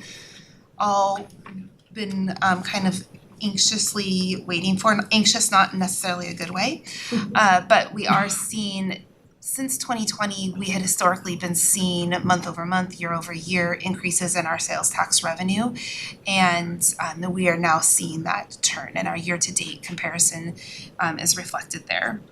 We did outperform our budget, however, though, because we had budgeted for a recession to hit sometime in 2020, midway through 2023 and into 2024. It didn't happen as soon as we had expected, and so we did outperform the budget. I'm just going to warn, though, that does make up for 1/3 of our favorable revenue collections in 2024, and since we're not seeing this trend going into 2025, we're likely not going to see the really promising over collections of revenue in 2025 like we have still continued to see in 2024. Also knowing that we're probably right in the very beginning, early stages of recession. Now, how long or how deep that recession ends up being is anybody's guess. You talk to any economist and they will have a different opinion, so pick your economist, pick your opinion, but I don't think that there is any denial that we are in the next from now until the next year see the effects of a recession. So to actually look at the sales tax revenue in detail by the different sectors, you can see the change from 2023 and where we're seeing those changes and which sectors we're seeing the most significant changes. You can see the construction sector with $240,000 decrease from the prior year. This is again a trend we've been seeing all year, and that really has a lot to do with the previous few years we've saw the school levy bond money being spent on the construction and rehabilitation of schools on the Auburn School District. As those construction projects have been completed, our sales tax money associated with those projects have also declined. Also manufacturing, we've seen a decrease related to printing and related services. So not necessarily a major significant subsection of our manufacturing sector, but an interesting decline nonetheless. Our transportation sector, we continue to see increases in couriers and support activities. Think of like towing and that type of transportation. Vehicle transportation. Retail trade is also seeing a decrease. I point this out, it's not a very significant decrease, but because it does make up the most significant portion of our total sales tax, we are seeing decreases really across all of the subcategories within the retail trade. And then services, we've actually seen an increase, and there was an audit for a particular business in the services sector. Also fitness centers, music venues, and home delivery services have continued to do well despite decreases in other sectors of sales tax. Next is our utility tax revenue, which makes up 20% of our taxes in the general fund. We budgeted $14.1 million. We have both water, sewer, storm, solid waste utility tax. We have internal and external revenues, taxpayers into those categories, and that makes up $6.8 million of our budget.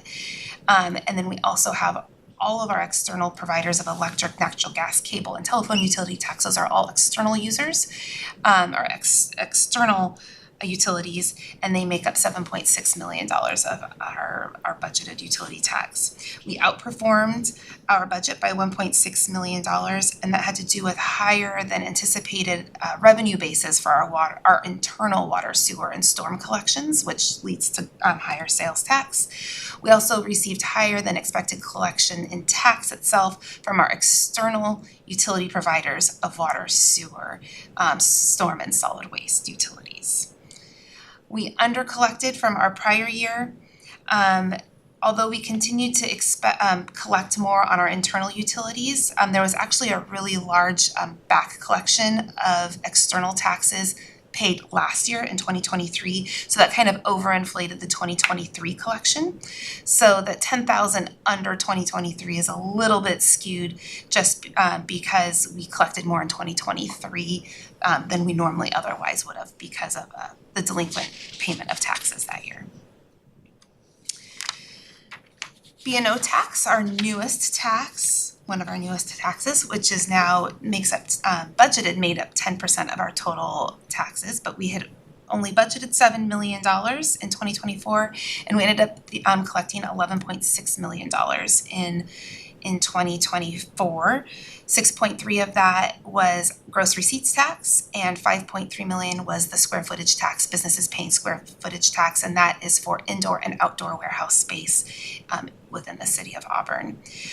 What you see is what we're reporting is cash basis, so not necessarily the tax that was due in 2024, but the tax that we collected in 2024. So that would have been quarter 4, 2023 tax filings, quarter 1, quarter 2, and quarter 3, 2024 tax filings, and then all of the annual filers for 2023 paid in the second quarter of 2024.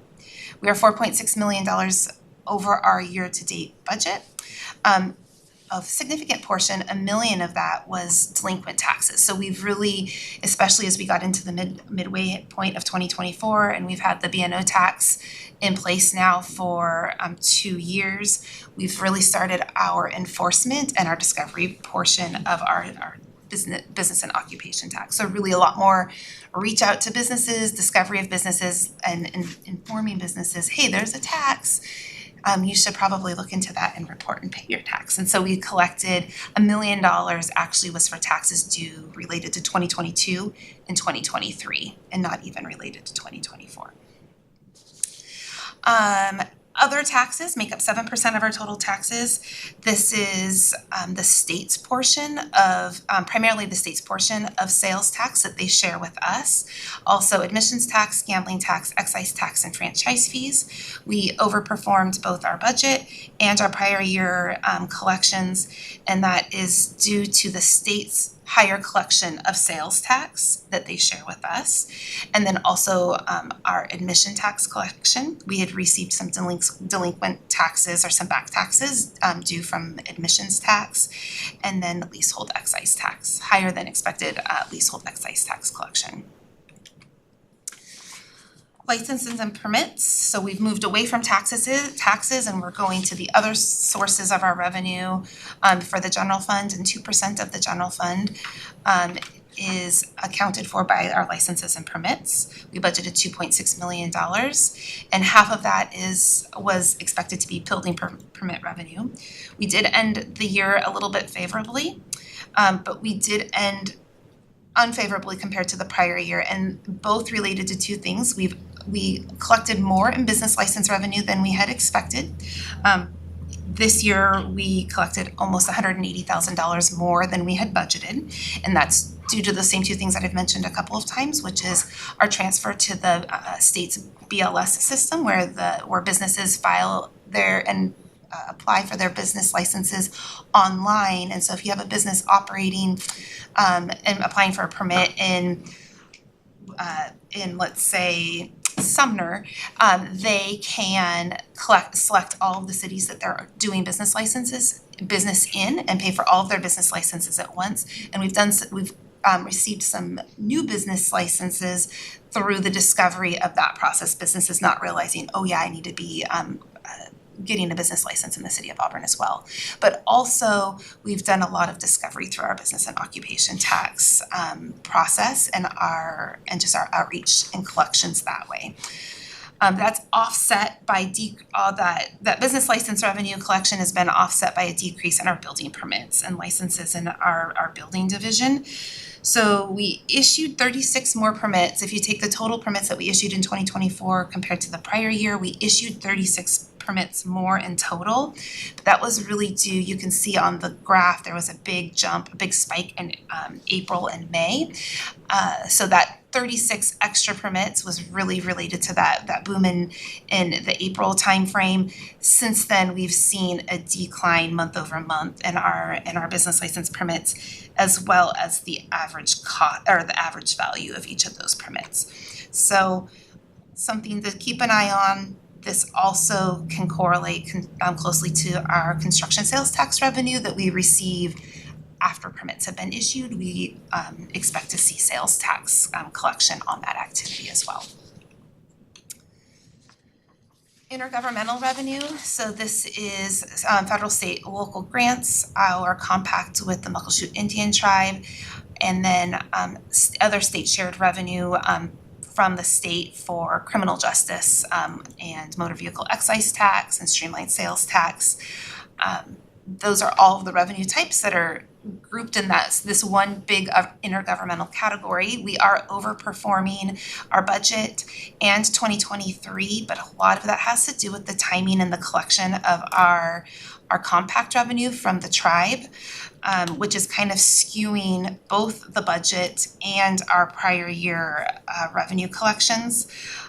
We have seen a reduction in our state shared revenue collections when it comes to streamlined sales tax, the motor vehicle excise tax, and our criminal justice sales tax. So we've seen a decrease in those areas, but it's kind of being skewed because of the timing of those compact payments that we received from the tribe.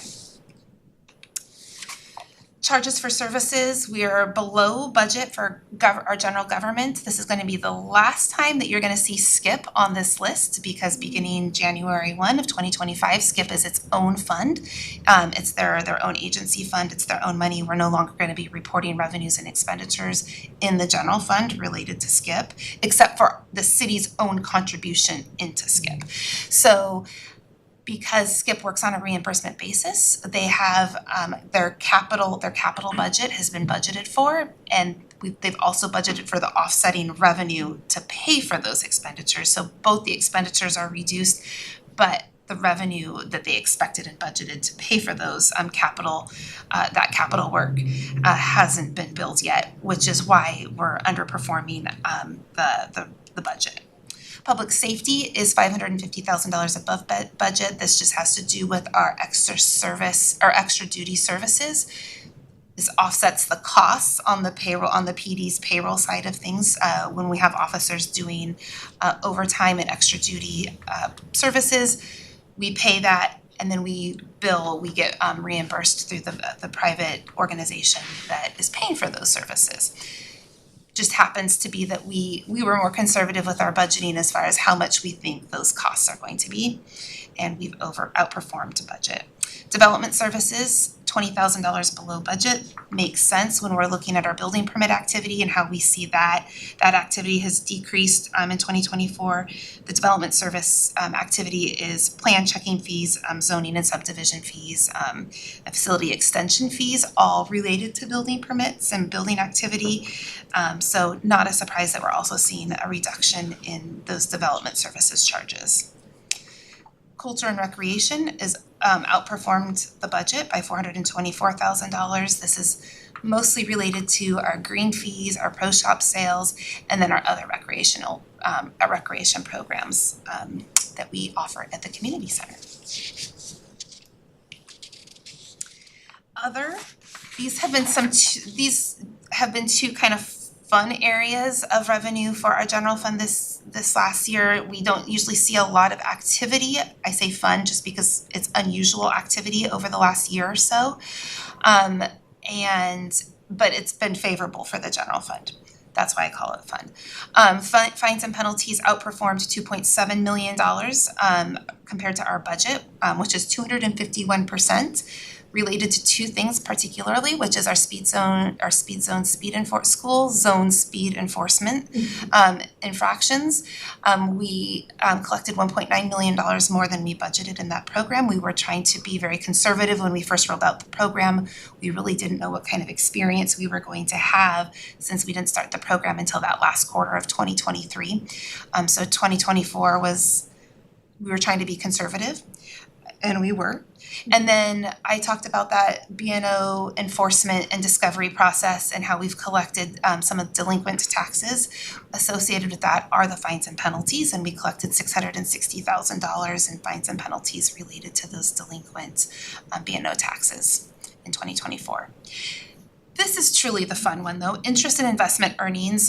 We've really been able to take advantage of the favorable interest rates in the bond market over the last year and a half. And we currently have a 4.31% average yield to maturity on our investments. We have mostly agencies that we have structured out between 6 months and 5 years. I'm really trying to maximize those yields to maturities and making sure that we have a nice even portfolio. I can say that one of our agencies, a $5 million agency, did mature just actually last week, and we repurchased another $5 million maturity, a 3-year maturity, and the interest rates are now down to 3.82%. So where we were seeing 4.5% yield to maturities, it's a pretty sharp decrease. We expected that though. There had been a lot of volatility in the markets a couple of weeks ago. We were able to take advantage of this purchase after a recovery. So we did not buy necessarily low. Some of those yield to maturities had dipped into the low 3s with some of the tariff talk that was happening a couple of weeks ago. But some of those, with the market correcting, the bond market correcting itself a little bit, we took advantage of a uptick on rates. With the Treasury expected to reduce rates multiple times this year though, and seeing that prime rate decrease, our bond rates are only going to continue to decrease in the future. So this is the high, and we'll be happy for that. So looking at the expenditure side of things, by department, you can see which departments, every department finished within budget. Nobody overspent their budget, so that's always a good thing. We're not borrowing from other departments to make the general fund whole. We do have some departments that had some pretty significant underspendings, and that is actually related to the ARPA funding. So you look at community development and human services. We do see, and also within internal services, there's non-departmental, and within that non-departmental are transfers out to other funds for capital projects. So the ARPA money right now all lives in the general fund within our general fund to fund balance, and it's budgeted to be transferred out for capital projects and other funds. It's also budgeted to be spent primarily in community development and human services. And because as we are continuing to spend that money down, we haven't spent it all down yet. That's why you see what looks like very large underspends. We do plan to carry that money forward into Budget Amendment 1, which we will also be bringing to you in the next couple of weeks. Speaking of ARPA, this is our quarterly ARPA update, so you can see where we're at with our total ARPA spending, both by this quarter 4 as well as our lifetime spend. A reminder, we received $14.7 million in ARPA money. We have spent just a little bit under $6.8 million, so we have almost $8 million left. But I do want to point out that we are really, some of our larger projects, we are starting to spend those down at a more accelerated pace. I mean, a lot of these projects were very big projects, and there's a lot of pieces that go into awarding contracts, and it just took us a while to get there. Now that those contracts are underway, we're starting to spend that money down. If you look at quarter 4, we spent $1.5 million, which is 23% of the total amount we've spent year to date, or life to date so far. So you can see that that pace has definitely picked up. There are 2 projects on here that are programmed out actually in 2025 as well. So that is the Human Services grants, and then the Tyler Tech, that's our new financial software conversion. We did a budget amendment to reallocate some money for that. We've just really begun that process. So that money will get spent in 2025 for sure. And then just to kind of hit some of our non-general fund highlights, but to talk important funding sources for our general governmental capital purposes. We've got our real estate excise tax exceeded both our prior year and our year-to-date budget. We collected a total of $5.5 million in 2024. A piece of this was due to a large real estate transaction that took place in December. We collected about $470,000 in the month of December, more than our historical December collections. So of that $2 million over the prior year, $500,000 almost of that was just from the strong activity in December. Our park impact fees, we collected $4.1 million. We have a $4.1 million fund balance at the end of 2024, and a $10.5 million fund balance at the end of 2024 for our transportation impact fees. Calling out those numbers just to say we planned on those, and we've committed them all through the 25-26 budget and our capital facility, our 6-year capital facilities plan that we adopted back in November. That is the year really fast. Okay, council, questions? You said you locked in the 4.31 at 3.8, is that it?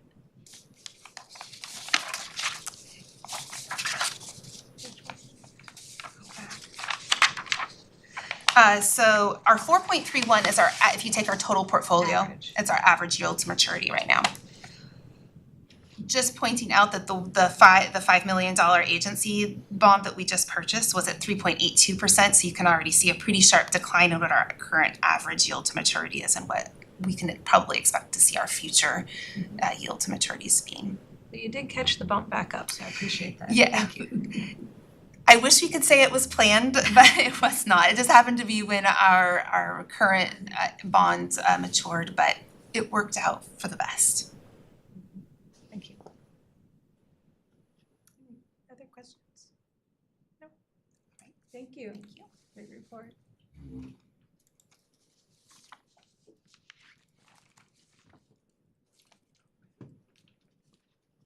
Next is the ordinance number 6974. Director Gao. So good evening. For the record, Ingrid Gao, Public Works Director. So I'm sitting in for Amber tonight. She's feeling a little under the weather. So tonight I'm going to talk to you about the ordinance 6974, which is for franchise agreement number FRN 23-0004 for Level 3 Communications LLC.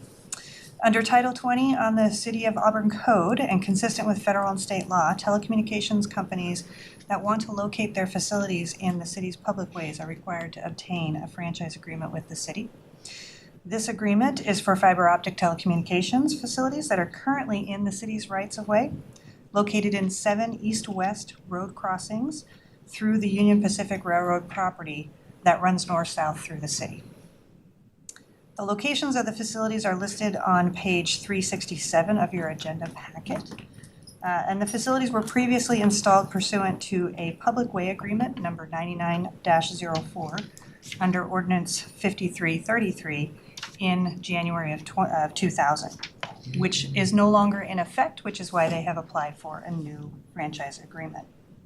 The Level 3 provides telecommunications services that include telecommunications capacity and dark fiber, transmission of voice, data, or other electronic information, non-switched, dedicated and private line services, and high-capacity fiber optic transmission services to firms, businesses, and institutions over its existing fiber network. Level 3 applied for the franchise agreement so that they can continue to operate their existing facilities in the city's rights-of-way and serve their customers inside and outside of the city.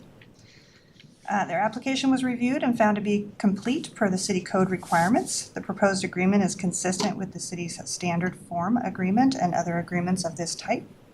The agreement would be valid for a term of 15 years, and any future alterations, repairs, upgrades, or improvements to existing facilities in their current locations would require the applicant to obtain a construction permit, which are managed through the city's permitting processes and are a requirement of the franchise agreement.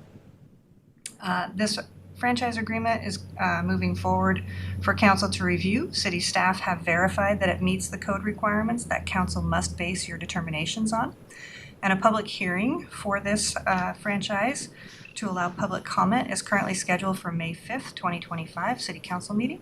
And then Ordinance 6794 that would authorize the franchise agreement is scheduled for consideration and potential adoption on May 19th, 2025. With that, any questions? Thank you. Thank you.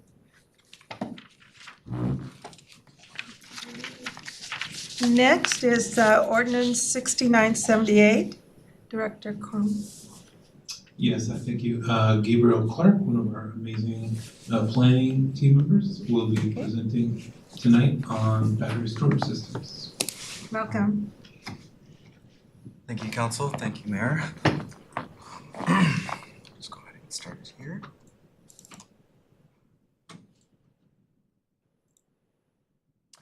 All right, so I wanted to thank you all for participating in this study session tonight with me. I am happy and excited to talk to you about this moratorium, the functions of battery energy storage systems, and some of the concerns and gaps in our current policy.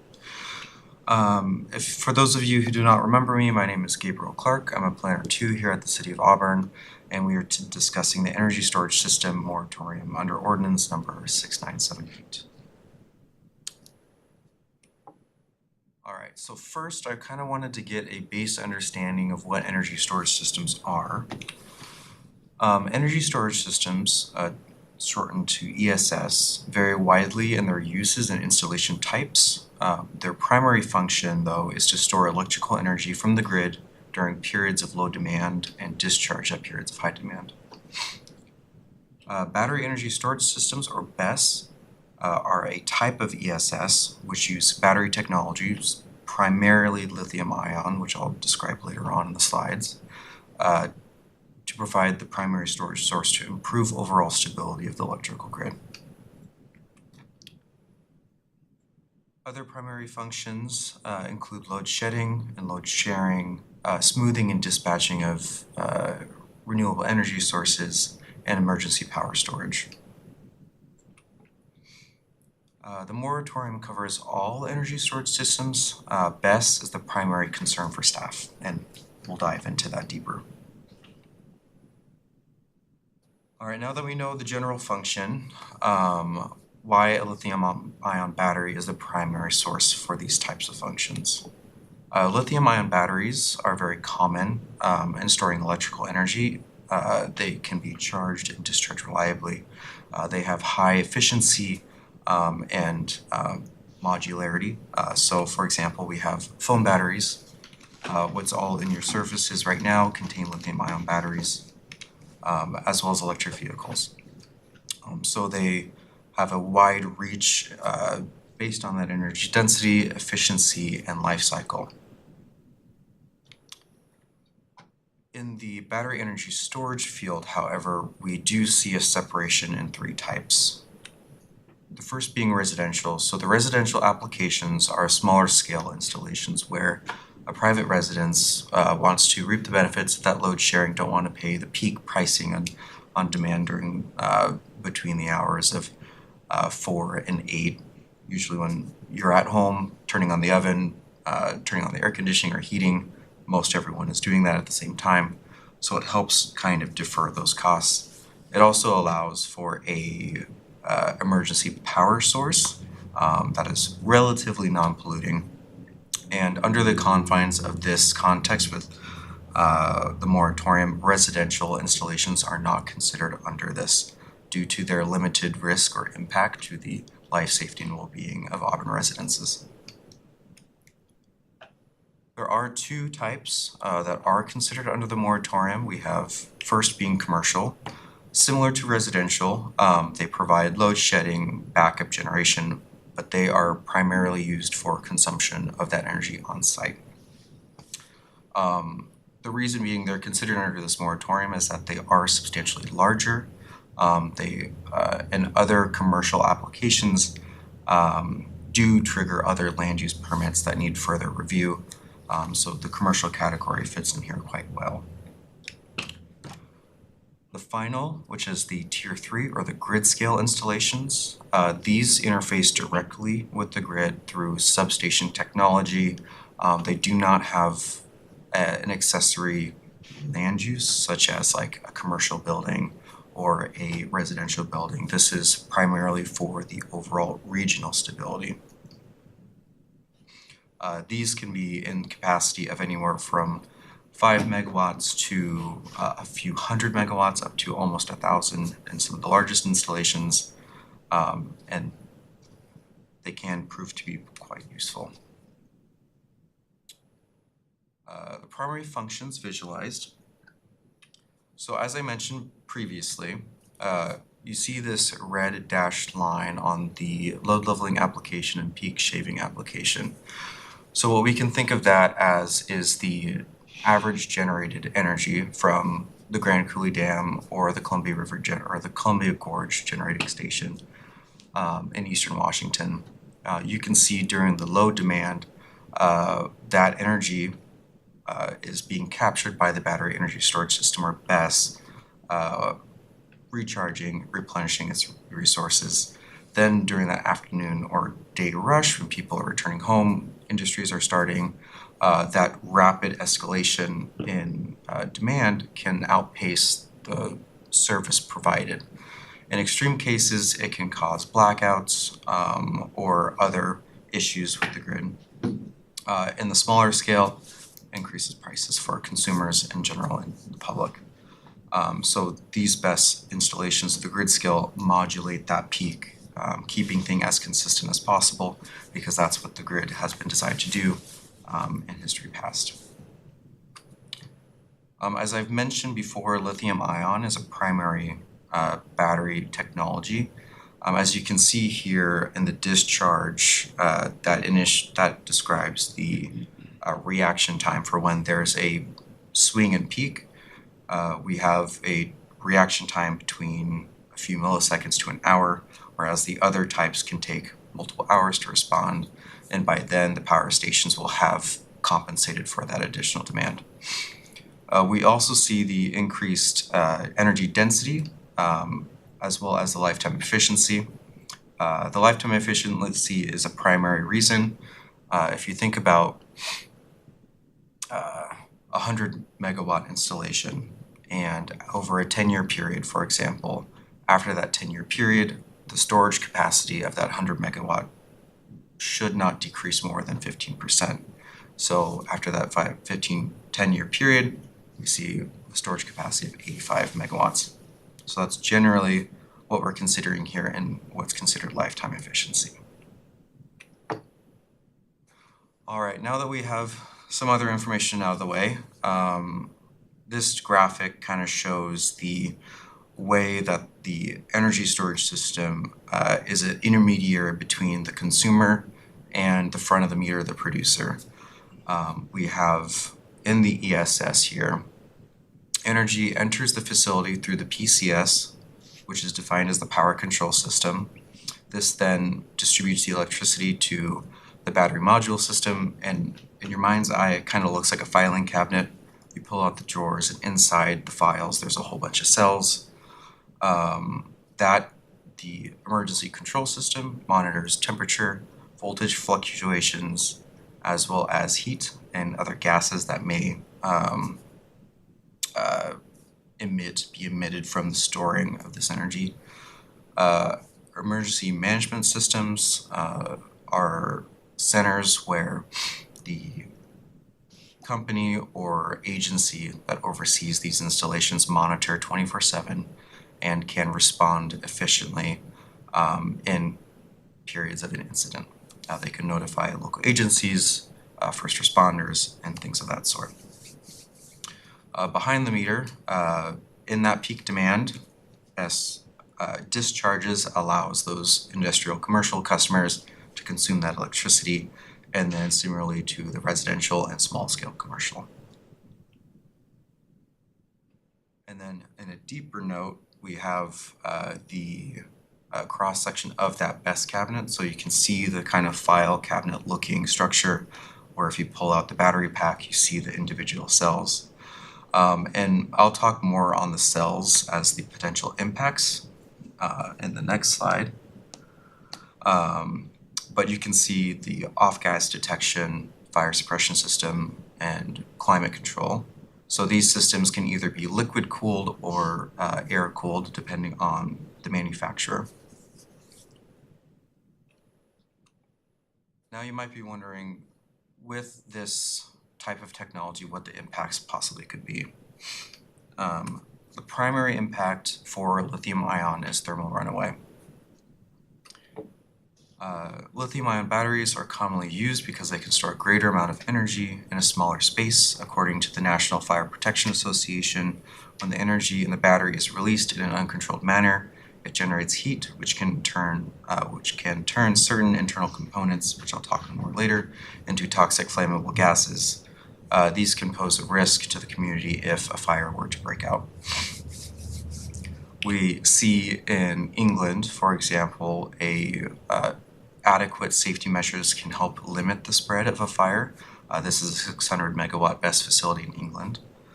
However, in more unfortunate and catastrophic events, we can see the larger scale incidents through the Moss Landing fire in Monterey County.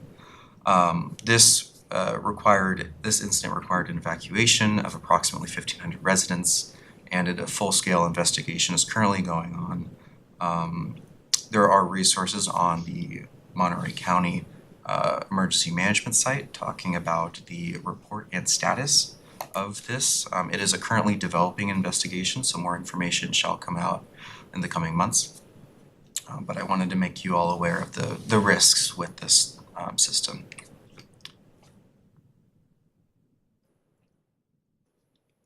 So we mentioned thermal runaway in the previous slide. UL Research Institutes is a certifier of these types of technologies, or one of the several, and they define thermal runaway as a primary risk. It is a phenomenon in which lithium-ion cell enters an uncontrollable self-heating state.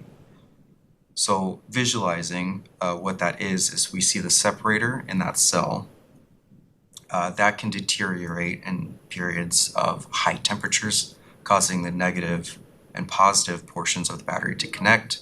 causing short circuit and increasing in temperature drastically. We can see here with the degrees in centigrade at about 100 degrees, you start to see water to boil.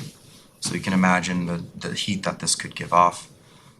We have, for example, the electrolyte and anode reaction starting to happen between the separator and the anode. Then we have the electrolyte decomposition, which is then the structure of the battery is compromised, and then the cathode decomposition, which then is the final kind of combustible. Oxygen release happens, other toxic gases can be released. To reduce the likelihood, though, the batteries need to be isolated, cooled, and monitored.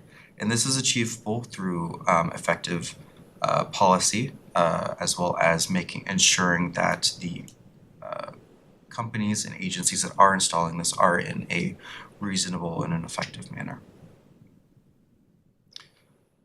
This facility here is in Canyon County, Idaho. This is a much smaller BESS facility. I believe I have included that in Exhibit D.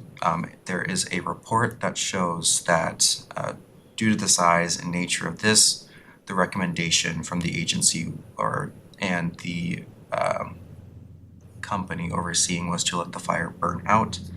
Monitoring did not show signs of significant environmental or health impacts. However, you can see the general remoteness of the facility, which may have aided in that case. So what is the demand and what is really triggering this moratorium?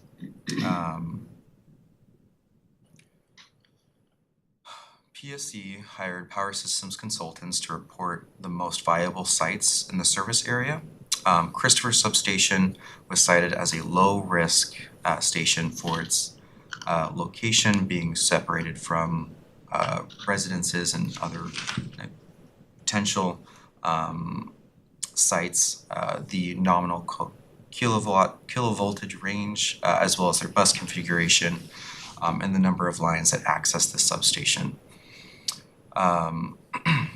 Puget Sound Energy also announced 2 other BESS projects in the state. We have the Appaloosa Solar Project. So if you remember from my second slide, the sun isn't always shining, of course, especially not up here in Washington, and the wind isn't always blowing. So during periods of the inactivity of the renewable energy, the BESS station steps in to recover those lost energy sources. Greenwater BESS project was announced in Sumner. They're our neighbor just a few miles down the road.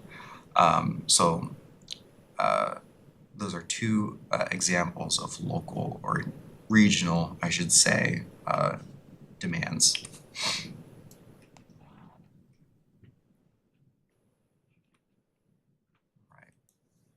The reason for the moratorium is specifically for Tier 2 and Tier 3 facilities, as they can pose impacts to the safety, well-being, and health to the residents and businesses in Auburn.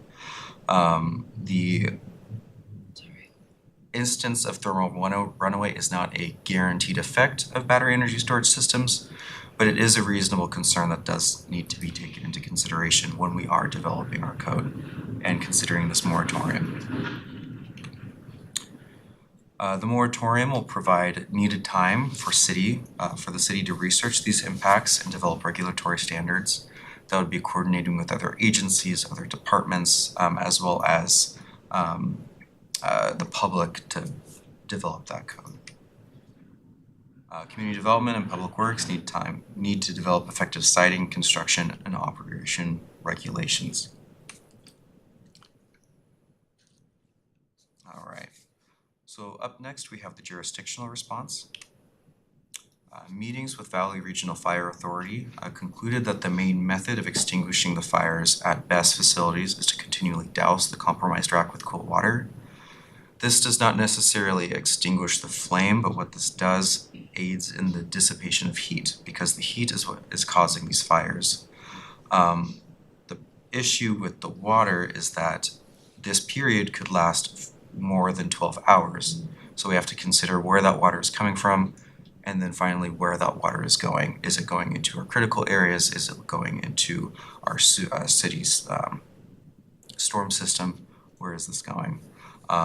It is unclear the potential pollutants that can be in this water, but I can feel confident after doing my research saying it's probably not safe to drink. So a fire would require a significant response. VRFA, Auburn Police Department, Department of Ecology, Puget Sound Clean Air Agency, and other agencies may need to be called in depending on the scale of the incident. For example, if critical infrastructure needs to be rerouted, if transportation routes need to be closed for a 12-hour period of time, it is something that needs to be effectively and efficiently handled to avoid a large-scale disruption in our region. As a result, community development staff are developing a new chapter in Title 18 to help facilitate the siting, construction, operation of BESS. And that can include the location, what zones, what setbacks, what requirements to screening, fire protection, secondary containment, but I'll get into some of those standards that may exist. Which brings me into standards. So existing, we have the International Fire Code and the National Fire Protection Agency. These code standards and development standards do have a very detailed requirement on the spacing and the fire ratings for these facilities. The International Building Code, or IBC, has specific construction requirements. However, what are missing are the zoning and siting operation. How are these facilities operated over the period of the 10 or 15 years that they're installed? Where are they located? Are there distances that need to be pushed for critical areas, for critical infrastructure, things like that? Engineering design standards need to be developed, and that would be something that we're working on to coordinate with the department. What are the availability of water? What is secondary containment? How does that look like for a scale of this incident?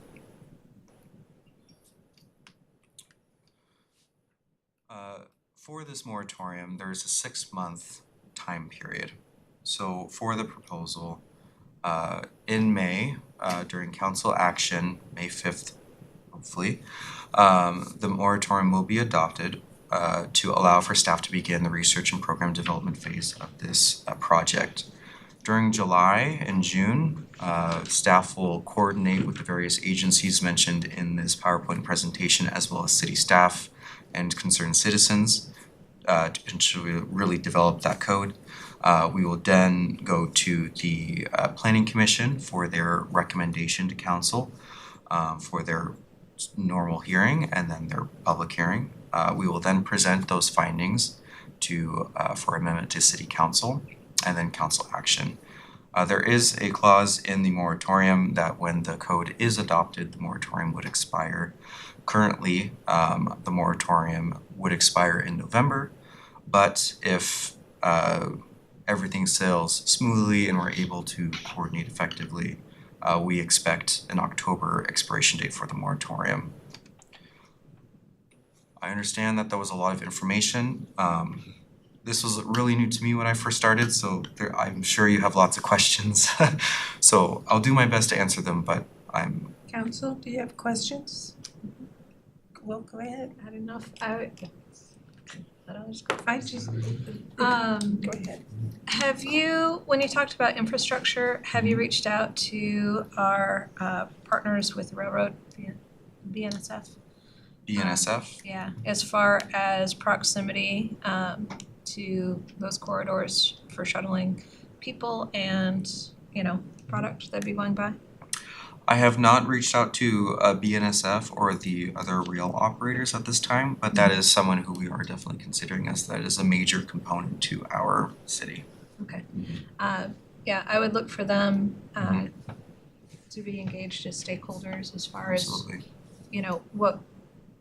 what accommodations would need to be made, particularly if we were talking about the event of an incident, right? So something down the road.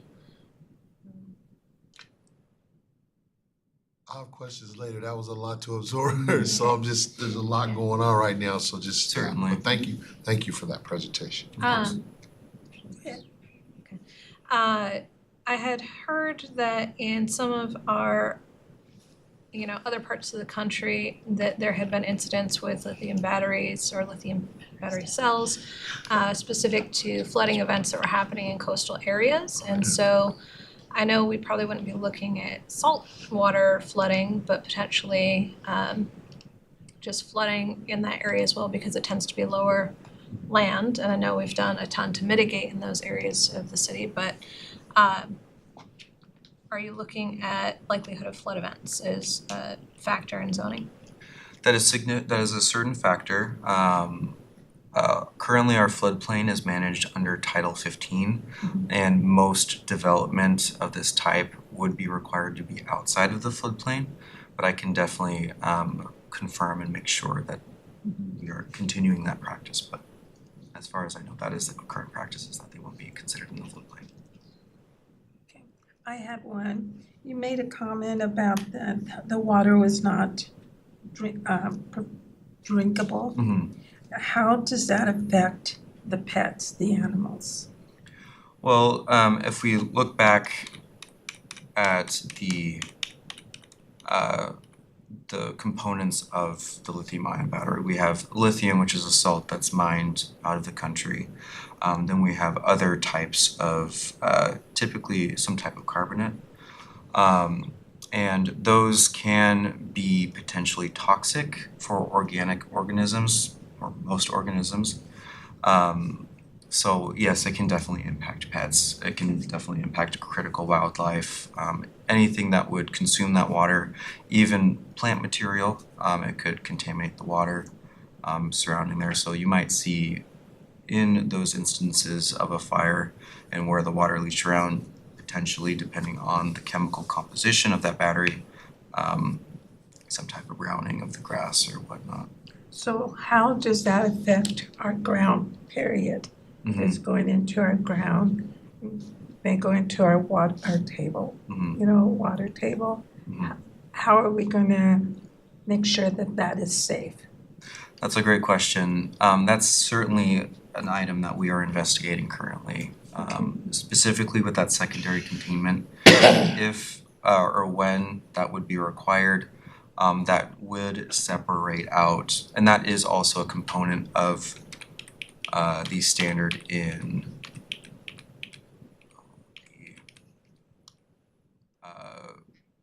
the International Fire Code, as well as the National Fire Protection Association. There are standards for secondary containment that do now prevent that leaching into the groundwater, as it requires that water to be stored somehow on site. I'm just concerned because when I first came onto council, we had a plume that was caused by a cleaner that was draining all their water into the draining system, and it caused a great big old plume, and it traveled down, and it caused can't remember what year that was, that they had to do a complete clean. It was huge, and it cost quite a bit, but I was just wanting to make sure that we don't have an incident like something like that again. Yes, and we will definitely do our due diligence to ensure that we have appropriate development standards to prevent that the best we can. Okay, thank you. And then the other thought that I had was in that space of cooling and backup cooling. So if that needs to be, operational, effectively nonstop for when a facility would be running,